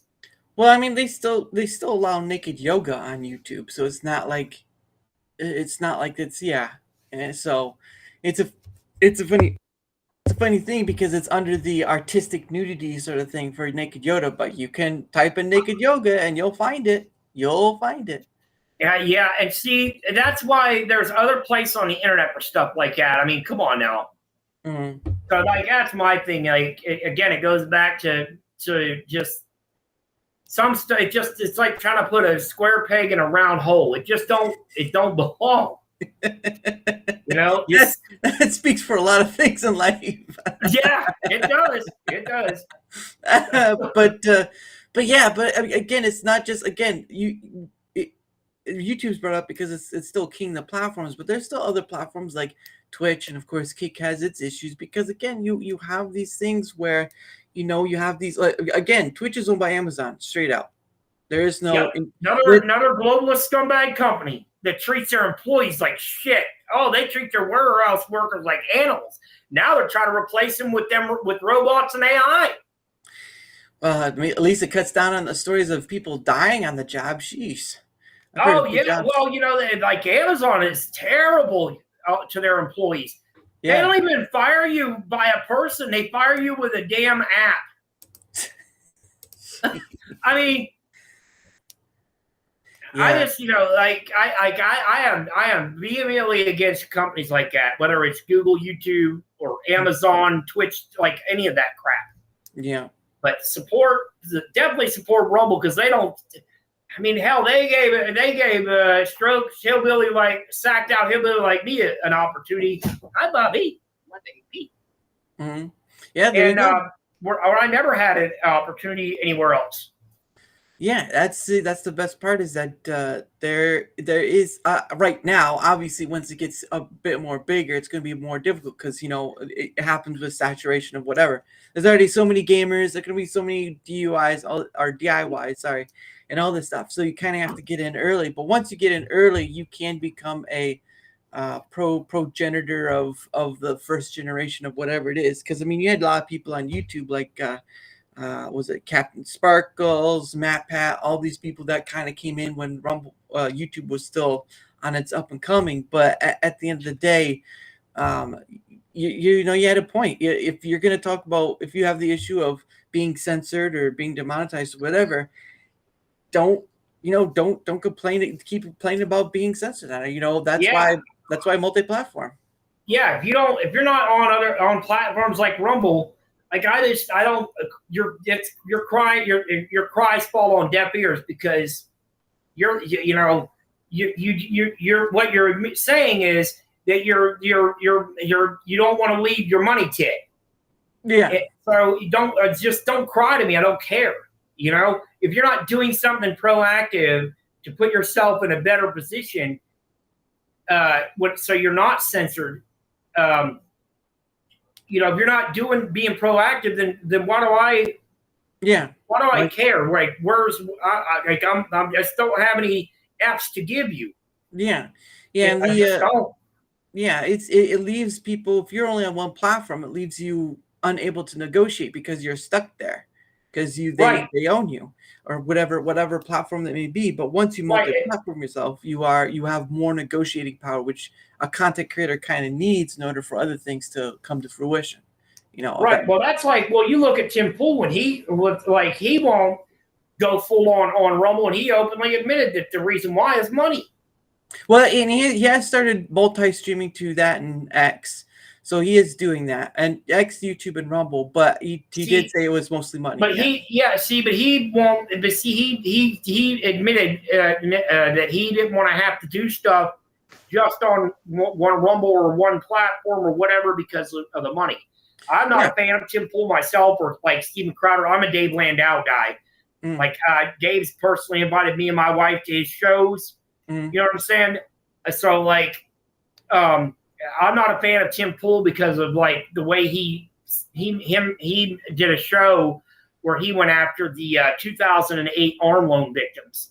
Right. Like it was their all that happened was their fault. Like I just don't like that attacking poor people type, or people that got suckered or some whatever. Like, I don't like that mentality that he has, where he feels like he's above and lords over people lesser than him.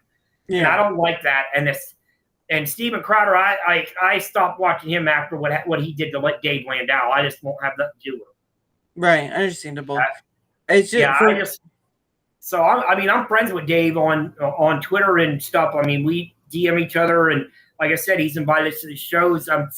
He's supposed to at some point. I don't know when he'll ever do it, but he's supposed to be doing a game stream with me or some kind of stream with me at some point. He already offered to. So yeah, I don't know when that'll be, folks, or whatever. That's going to be up to Dave Landau. But at some point he said he was going to do something. So, but yeah, like I said, I mean, folks just got to branch themselves out and don't get themselves tied down to one platform or another, because then if you end up putting all your eggs in one basket and you get yeeted, you're screwed. Yeah, or they own you and you do what they say. Like, you're on the plantation. Yep. Yeah. So, but then it's like, because you're when I had Mike Mullis on, you asked him for help, and he's been helping with your stuff, right, Mike? He helped me just a little bit. Like, he got me getting my camera working. Yeah. Over on OBS, and he helped me with getting a paint program. But I still can't get OBS and he sent me the link to download Rumble. I have all that stuff now. Now I just can't get it all to work together. Yeah. You know what I mean? Like, I'm at that tech, because I'm a real tech boomer. Now I'm just at that point where I don't know how to implement it. Yeah, I unfortunately don't know either, because I'm only using straight Rumble Studios. I used OBS a long time ago, but once they had started the beta thing for Rumble Studios, I was there, and trials and stuff and all that. But at the end of the day, I'm just straight towards this, because one, it's free. That's all I've been mostly using is Rumble Studio. I mean, that's pretty much that's what I use. When they offered that you could use it for free, I'm able to screen capture my PS5 gameplay with PS Remote Play, and I do the screen capture on Rumble Studio, and then I just go with it. Now the only thing I really have any issues with is fighting with my mic stuff. Like my mic and my game audio or whatever is always fighting me on this Windows crap. It just strokes out always. Yeah, there's another dude I know who's been trying to work out something with the gaming faction.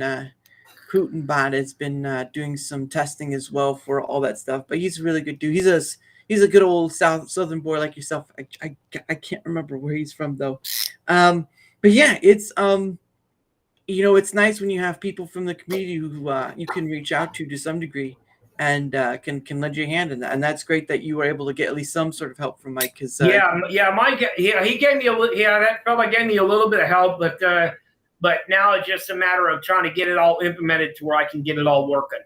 Yeah, you probably would. Until you're ready to leave, right, to get to your new place, you'll probably be tinkering with that. But I mean, there you go. That's something else to tinker with. It's just on a very electronic level.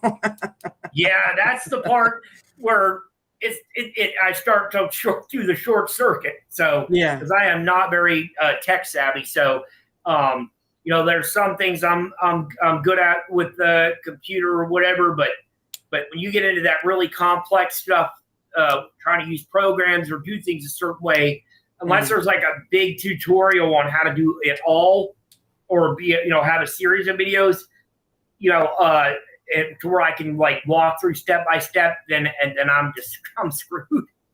Well, there is someone who made the videos for using the new ingress thing on Rumble Studios, and I should be able to. I think I should be able to find her. Yeah, if you can find any useful links, just DM them to me on X, because then I can look them up on my tablet. No, it should be. Yeah, some of my subscribers, like on Rumble and stuff, and on that, like some of my guys that were on YouTube originally, they followed me over to Rumble. Like when I was able to start going hard over here, they all have dubbed me Darth Vapor because I'm always vaping. Always got that vape. Well, I was a 5-pack a day of smoker, so right. Vapes vapes kind of like my version of being on the Google YouTube tit. It's between that and soda are like my addictions that I deal with. But yeah, I mean, like I said, I'm just glad that I don't have to be dependent on that YouTube Google money or whatever, be on that plantation. Yeah, and it's nice if you can bring yourself out. I'm trying to find where she's at because I can show. Yeah, Roll's always been good to me. Rick Rosella is Rick Rack or Rick Rosella. He's always was very kind. He, like when I made it in that first round, and then he has come in and he's donated. He donated during that time, and I put a lot, my best effort forth. Yeah. And and then when they had the second round and I didn't make it, boy, that broke my heart. Oh, dude, I just wanted so bad to feel like everything I've been doing and trying for all these years, I was finally getting somewhere with it. Yeah. And so it really broke my heart, but I got over that. You know what I mean? I was in a depressive spell, and then that's what caused me to build that thing behind me, the space station. Like after all that hurt and anger at myself for not making it into the second round. Yeah. I built that out of anger and sadness, So I take all that bad energy and try to redirect it into something positive. Right. Here's the lady I was talking about. She has the some things on Rumble Studio here, especially the using OBS with Rumble Studio, so I can link that. Oh yeah, send me a link to that over on X. Yeah, if you could, just post that over there because I'll go and take a look at her stuff, and that way it'll probably answer some of my riddle. I'm trying to solve the riddle of content steal. Yeah, she gives very good step-by-step stuff. So, but yeah, she okay, this 26 days ago. Live. Okay, she hasn't live. But yeah, this should be somewhat helpful. So I'll definitely link that to you, and I'll try to link the Canvas stuff to you. But yeah, she gives step-by-step stuff. I know Lumpy did. I know Lumpy did some step-by-step stuff too. I'll just have to try and find out where that is at. But yeah, it's eventually getting there. I think the better Rumble Studios get, the other only streaming things like Restream and StreamYards are going to have more difficulty because sure, there are things they can do now, but with the offering of what Rumble does for free and stuff. Now, obviously, that's my big thing is, Rumble Studio is free, and then I guess that OBS thing is like an open source, like the base OBS thing. but Rumble Studio is free, and just the basic Rumble Studio, you can stream PS5 on it. You know what I mean? Like, so, you know, and I'm sure like some of the other consoles or PC stuff should be pretty easy to just use Studio to do so, Rumble Studio. So, Yeah. you know, you know, and now look, they did that other update. Now I haven't been able to break the barrier yet to do it. But they do that thing where you can do the ad read now. Where you can read an ad on your thing, and then it'll you can get monetization off of that. So, you know, Rumble's doing a lot of stuff, and they actually give a shit about their smaller creators. Where like YouTube, all they care about is just their giant creators. I mean, they're money makers. That's all they care about. And they don't. It just seems like the ladder gets pulled up for the little guys over there. Well, not just. And they want you pumping out content, you know, 5-6 days a week, and I'm just not. Yeah. I'm not doing that. I'm just not. I don't.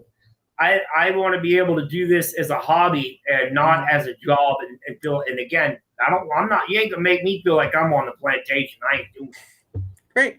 Exactly, because again, this shouldn't have to feel any more than you should be enjoying your ability to do it rather than just sit here and say, well, if I can't do this, I'm going to be kicked off, which I mean, again, is part of that algorithmic chasing sort of thing.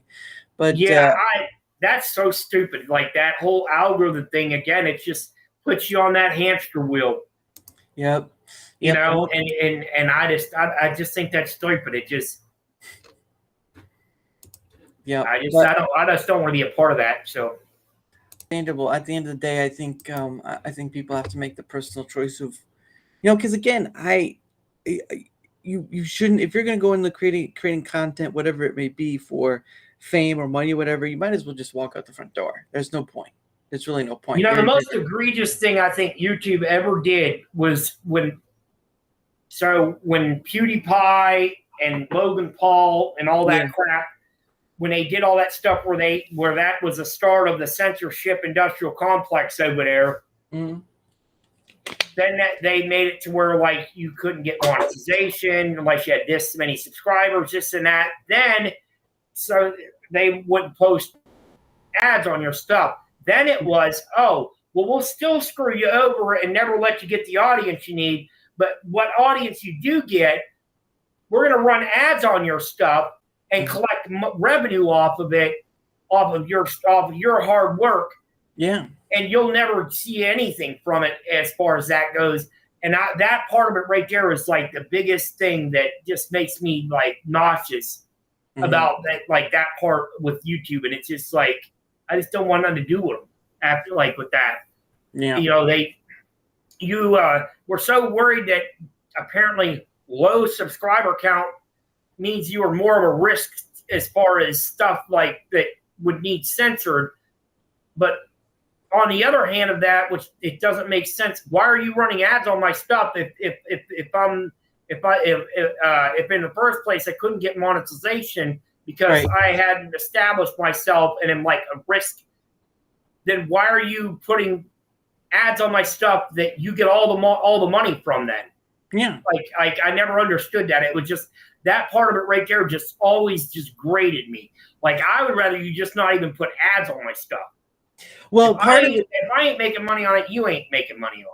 Yeah, well, part of it is that YouTube is so it's a 50-50 for Google, right? Because Google is the most the most used search engine in the world, right? Because it's global. But YouTube is the secondary one. So there's the first and the second. So Google owns both.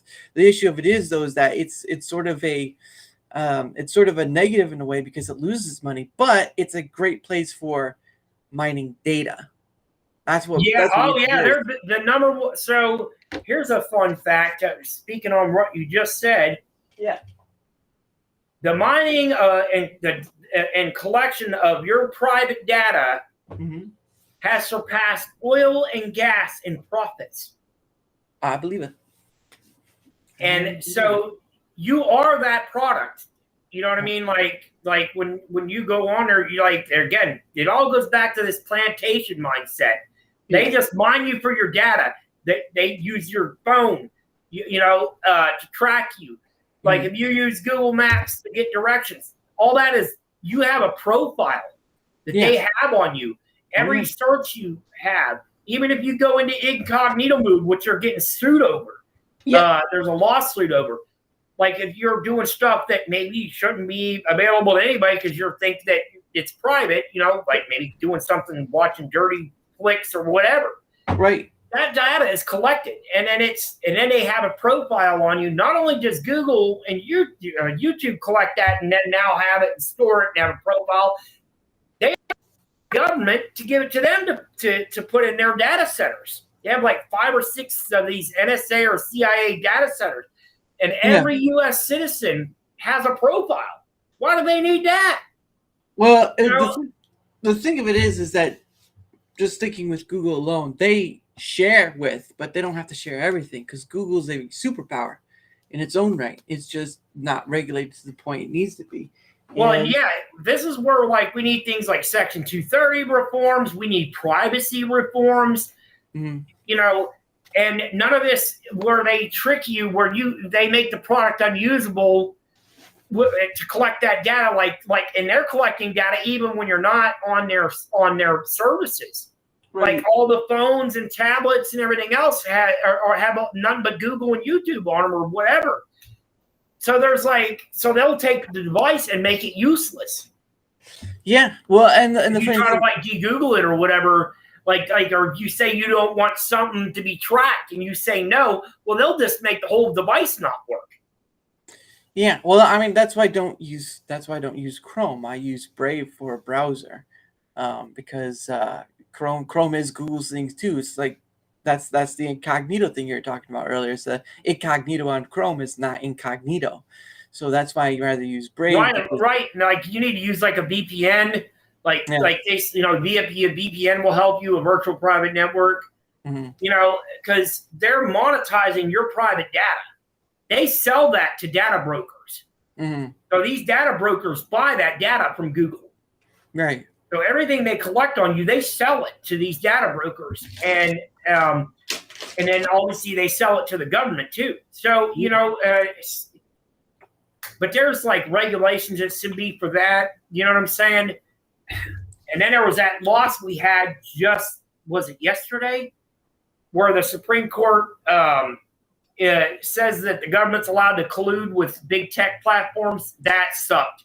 I really wish the Supreme Court, they screwed freedom lovers everywhere over by allowing the government, allowing big tech to act like an arm of the government. Well, I mean, technically, it sort of is at a point, but the issue of it is the Supreme Court shouldn't be used for rulemaking. It should be used for refereeing. Congress is in charge of the rulemaking, but unfortunately, they can't really do very much for rulemaking, it seems. Well, yeah, Congress is corrupt. It's a lot of times, a lot of stuff has to go to the Supreme Court because Congress is corrupt. They're owned by big money and lobbyists. They don't work for the will of the people. They work for big special interests in the military-industrial complex, New World Order, where the money is. Look at Nancy Pelosi. If you go and if you were to buy all the stocks that she's gotten insider trading tips on, right? You make piles of money. There was already somebody that already did it. There was like a big thing where they made they did the same trading thing that she did and made all this money. But you can't. So it's the Supreme Court it has to constantly step in for what should be Congress's job. Yeah. Yeah. And unfortunately, Congress can't help but ingratiate and engorge themselves with corruption, with money and power. Right. So it's disgusting. Yeah, well, and now, I mean, with technology nowadays, we shouldn't really need to rely on there being a Congress, because if you can represent yourself, then you really need a Congress. You just be able to represent yourself and that be that. Maybe someone could bring forth rules, whatever that could be voted on. But at the end of the day, as time goes on, as technology goes on, the what of Congress is going to be obsolete, because you're going to be able to represent yourself to some degree in the future, and that's a lot better than just relying on a group of people voting for one person to go to a group of people to Yeah. do all this stuff. Well, see, like where my take would be on that is the problem is we don't have any mechanisms to get rid of bad Congress people. Like, we need to have term limits. Also, lobbyists should be completely banned out of Congress. You're not allowed to be allowed to have lobbyists in Congress. Do you know that? Obviously, my wife's part Jewish, so nobody out there take this the wrong way because I am not anti-Semitic by no means. Right. They have this Jewish organization that literally that has a constant group of people that are in lobbying Congress 24/7, like knocking on doors or private discussions. They have lobbyists that are there, like almost like it's like a full-time job. Yeah. Why are their interests more than the people that elected, like their constituents, for these people in Congress? Why does any group or whatever have special access to Congress? You're an unelected bureaucrat. You're a lobbyist. Mm-hmm. Like that. Like I said, like that stuff is just should be a no-no. Congress works for whoever elected them in their districts. Same thing with like the president. There needs to be mechanisms like, okay, so say this Congress person is being really corrupt, and if their district of people, like if there's some big thing that they want them to vote on, whether it's on the state level for their state or when they have to go to the Capitol and do a vote. Yeah. And their district, let's say they're in a red state versus a blue state, but they're voting like they're from a blue state. Mm-hmm. They're voting for laws that their constituents don't want. They should have a mechanism to kick their ass out so that way they can get the people they want in there to do the will of the people. Problem is Congress is a majority, no matter whether it's red or blue, they're not acting in the people's interests. They're not. The people already have the power to do it. They just don't take it up because there's too much to lose for them. There's too much to lose for a singular person. If you have family, you could lose that and all this stuff. There's a requirement of sacrifice in order to course correct, but a lot of people won't because there's a lot to lose for them. And I just don't see any change unless people take up that. A lot of people are complacent. You know what I mean? I really think that's an issue for a lot of folks. They just feel like people just have been separated down into individuals or groups, small groups or groups, where they feel like they don't really have that voice to make the real effective change, I guess. But we just have to be able to find a way to get these people out and get laws in place so that that the will of the people is actually done versus what the will of a corporation or some other lobby for some other special interest or group. Mm-hmm. It's such a scam, just like the Federal Reserve private banking cartel. It's just constant corruption. Mm-hmm. Yeah. Well, again, it's going to take the people to make a sacrifice because at the end of the day, I'm sorry to tell you, complaining about it's really not doing the job, and all you've got is action. And if no one's going to take up the action, then because at a certain point, the old ways are going to have to be updated because right now a lot of people are. Well, I can tell you this: if we keep going the way we're going, I mean, and it's maybe already at this point of no return, we're already being drugged into World War III with Russia and China. I guess the government thinks it's pretty cool to just act like the world's policeman and start useless wars everywhere. Mm-hmm. And once we go nuclear to the nuclear option, welcome to Fallout IRL 4K, ladies and gentlemen, because that's where we'll be at. We'll be back in the Stone Age, and we'll be, it'll be Mad Max is what we'll be living under, or Fallout, like in real life. And I don't want to go there. I don't want to be there. So yeah, I don't know. People just really have got to stand up and learn how to fight back and tell the government no. Yeah, and that's gonna and it's not just gonna be. It's gonna have to be majority of the states, not just not just one or two or just one person. It's got to be a majority of people, and maybe they just aren't what's the word? Maybe they just aren't motivated enough to do it. Yeah, and I think that people constantly kept in this state of struggling financially and everything else, and they just get in this constant state of struggle that they just become complacent because they're in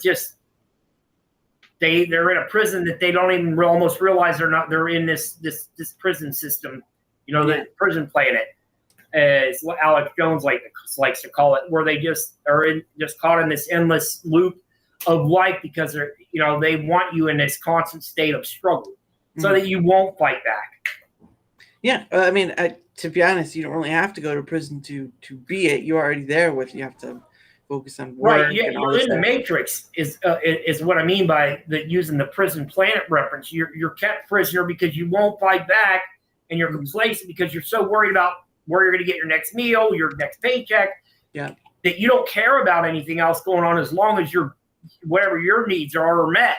And and if you're having a fight to get those basic things, you become very complacent and easy to control. And people have got to break out of that and wake up out of the matrix and take the red pill over the blue pill. Right. And that may take something more for that to happen, but it's going to be interesting when it does, because right now there's just not much of anything. Yeah, I mean, we're at that inflection point now with this World War III stuff that the U.S. government keeps playing chicken and trying to be like the world's policeman, like they've been for so long. I don't even want to know how that ends up, but I know we lose. Like that's already war gained, and we won't win that fight. And then what will happen? The U.S. when it starts getting its ass kicked because it's kept going down this bad path for all these years and trying to be the world's policeman, when they start getting their ass beat and they know they're going to lose to China, Russia, and these other countries that are tired of the U.S.'s bullshit, they'll be the first ones to launch the nukes, and then everybody else will launch their nukes, and nobody wins. Yeah, everything's on a fiery basis, basically. But yeah, I can't be sympathetic for people who can't rise past the challenge, because this is the challenge, and obviously it's winning so far. And the other thing, people have to question everything. Question the government, question their own life. Especially the government. They will lie to you. I don't care what anybody says. The government is not your friend, and they are not here to help you. They're only there to help themselves. But the first thing people need to do is like we're having is start having conversations. Form an opinion. Don't let your opinion be given to you, and have conversations. Public posts or videos, or just word of mouth with your neighbors. Like you got to start somewhere, but just being complacent or just saying, "Oh, I ain't gonna worry about it," it just ain't gonna cut it. Yeah, and at the end of the day, it'll prove itself whether people will move one way or another. But unfortunately, until that time comes, it's going to be a rage bait on the socials. Yeah, we're in for one hell of a ride, and between this election cycle and the next, I would say, between 12 and 24 months. It's going to be a powder keg on the global stage of things, and it's scary to think about. So all I can tell folks is take a little bit of precautions and prep, a little bit. Maybe even thinking about getting those iodine tablets in case of radiation. Keep some of that stuff on hand, some medicines, some food, and bandages and things like that. Learn to garden. And stay strapped, because I don't know, it's going to be a wild ride, though, as bad as things are getting. And unless the U.S. and the world as a whole can get their shit together, the shit's going to hit the fan, and it's going to be wild. And I don't care what side of the aisle you're on. we all live and die the same way, and we all bleed the same way, and we all can easily end up in a ditch dead. So, yeah, folks better start just waking up to what's really happening and who's actually controlling and pulling the puppet strings and the levers of power. Yeah. But it's crazy out there. Yes, yes, it is. And with that, it is the top of the hour. So, but I think we'll take care of our promote ourselves and do one more thing, and then we'll head out. It'll be the end of the night because I gotta get up in the morning. So, Sounds good, buddy. But anyway, go ahead and promote yourself, good sir. Again, all his links are down in the description below. But go ahead. I'm DanintheDirt. You can find me on Rumble. You can find me on the artist formerly known as Twitter X. You can find me on LubeTube. I have locals, and that's it. Just DanintheDirt, and you'll be able to find me on those platforms. I don't use a whole lot of them, so that's generally where you can find me at. If you're gonna be playing games or working on something or just doing something crazy. So that's it. Yeah. Again, all his links are down in the description below. And let me get my thing. I gotta do all this stuff. Okay, so remember, it's a two-parter. So, all right, guys. So I streamed. I streamed both YouTube and Rumble at Daramouthe. I also have a Discord at Daramouthe, but that's mostly for DMing. I have a fan account on Twitter X at Daramouthe. Sounds like one of the cats. Yeah, they're tearing stuff up.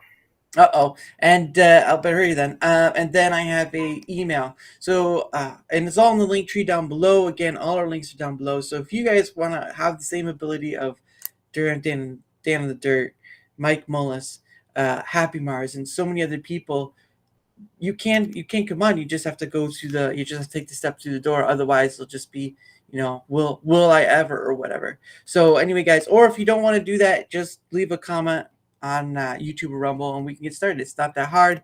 Try to make it as easy as possible with as many port entries as possible. So it's up to you. But anyway, Rumble, YouTube, at Daramouthe, and of course my Twitter account at Daramouthe.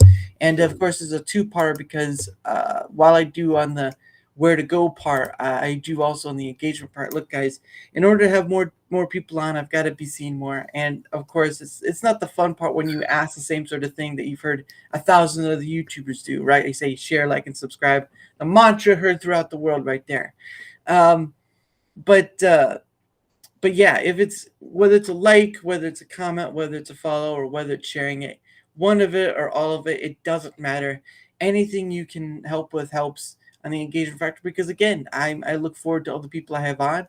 I look forward to the people I have on until the 4th of July, and I can easily be passed over by people who maybe I wouldn't think I'd have a shot with. So anything else, with one of it or all of it. So thank you guys so much for being here. I appreciate you all.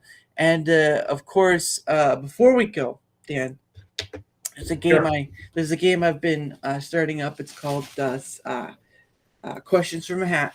And so what happens is you get 2 freebies, and if chat wants another one out of the hat, they can give a rant. Doesn't matter the amount. You can give $1. That's all that matters. But so I'm gonna pick a question out of the hat. Not looking, sticking my hand in there, just flinging stuff around. And here we go. Okay. So let's see what this one is. This one right here. Let's see what this one is. I gotta unfold it. What does it say? Oh, here we go. This should be an easy one. Which is more important for content creation? The creators or platform? Oh, it should be creator. Sorry. Is that for me to answer? Yeah, that's for you. That's definitely the. I definitely think that it's the creator, because ultimately it all ends without creators. What's the point of having a platform? The creator is without the creator. There just ain't no platform. That starts with that. Yeah. I mean, there is a synergy there, but like I said, without a creator, there's no platform, and it's kind of with the create. It's like the chicken or the egg kind of thing. Yeah, and that's difficult enough in itself. Right, exactly. All right, going for round 2. All right, trying to look through, not looking, eyes are closed, just feeling about. Oh, here we go. All right. So here's one right here.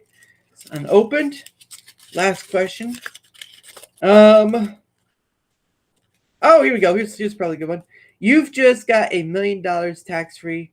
What's the first thing you do? First thing I would do, make sure that my wife and I have a house. Make sure we have vehicles that are all paid for, and make sure that my kids have a paid education to wherever they want to go to school, and just basically make sure all the bills are paid up, and maybe make some investments so turn that million into some more money.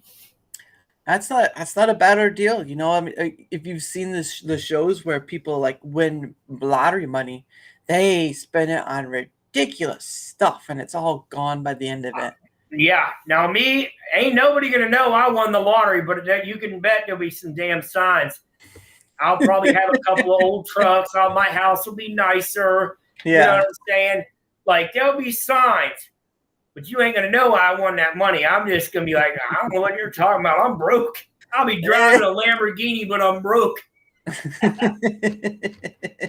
There you go. Lord knows I would have even the two brothers that I'm not on speaking terms with, or some other family member that I probably don't even know of, showing up or getting a hold of me. Hey, I need some money. I don't know what to tell you. I don't have any. It disappeared. It's all gone. Right. It went poof. Poof. What money? So. Oh my goodness. But no, that's a smart thing. But anyway, DanintheDirt, thank you for coming on again. And of course, you are always invited on, like I've told everyone else when they've been on here.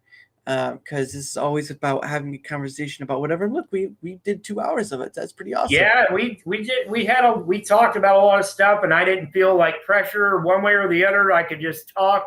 Yeah. And so I like that. I like that I can just talk, even if it may or may not be something you agree with or whatever. Yeah. I didn't feel pressured to not say something. So there you go.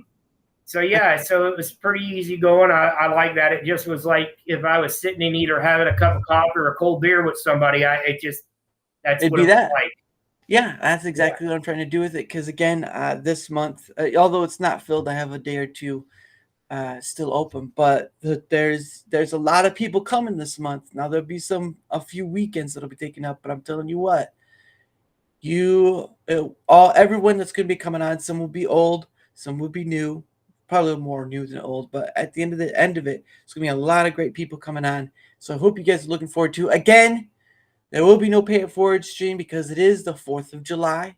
So from Thursday, which is the 4th of July, to Sunday, all you're gonna get is shorts from me. So I will be scheduling shorts out from that period of time. After that, there will be no streams because it is a holiday weekend, and I'm not gonna stream on a holiday weekend. There will be some people who do.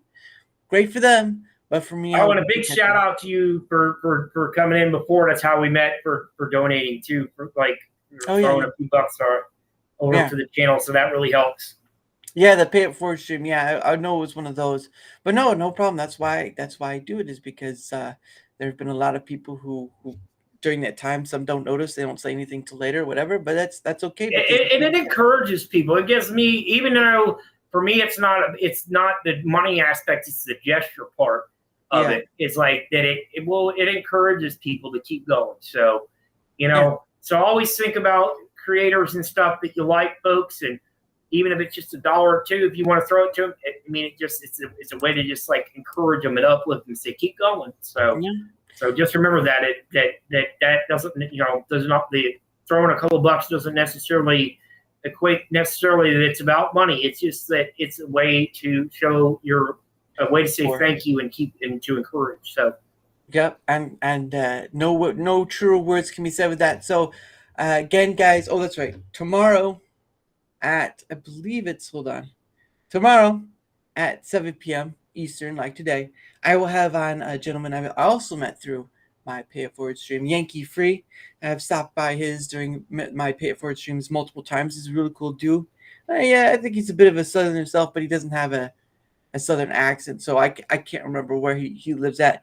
But I hope you'll be able to join me tomorrow, 7 p.m. Eastern, with Yankee Free, and I'll make sure all that stuff is posted tonight because I have a full-time job at work, so it's not like I can whatever. But anyway, thank you guys so much. Thank you, Dan and the Dirt, so much, and I hope to see you all tomorrow at 7 p.m. Eastern. And as always, we end with a song. Don't forget to mute your mic during that point, Dan and the Dirt, so that way because your audio will leak in. So anyway, guys, one day with you. Bye, Pogo. Hope to see you tomorrow at 7 p.m. Eastern. Bye, guys.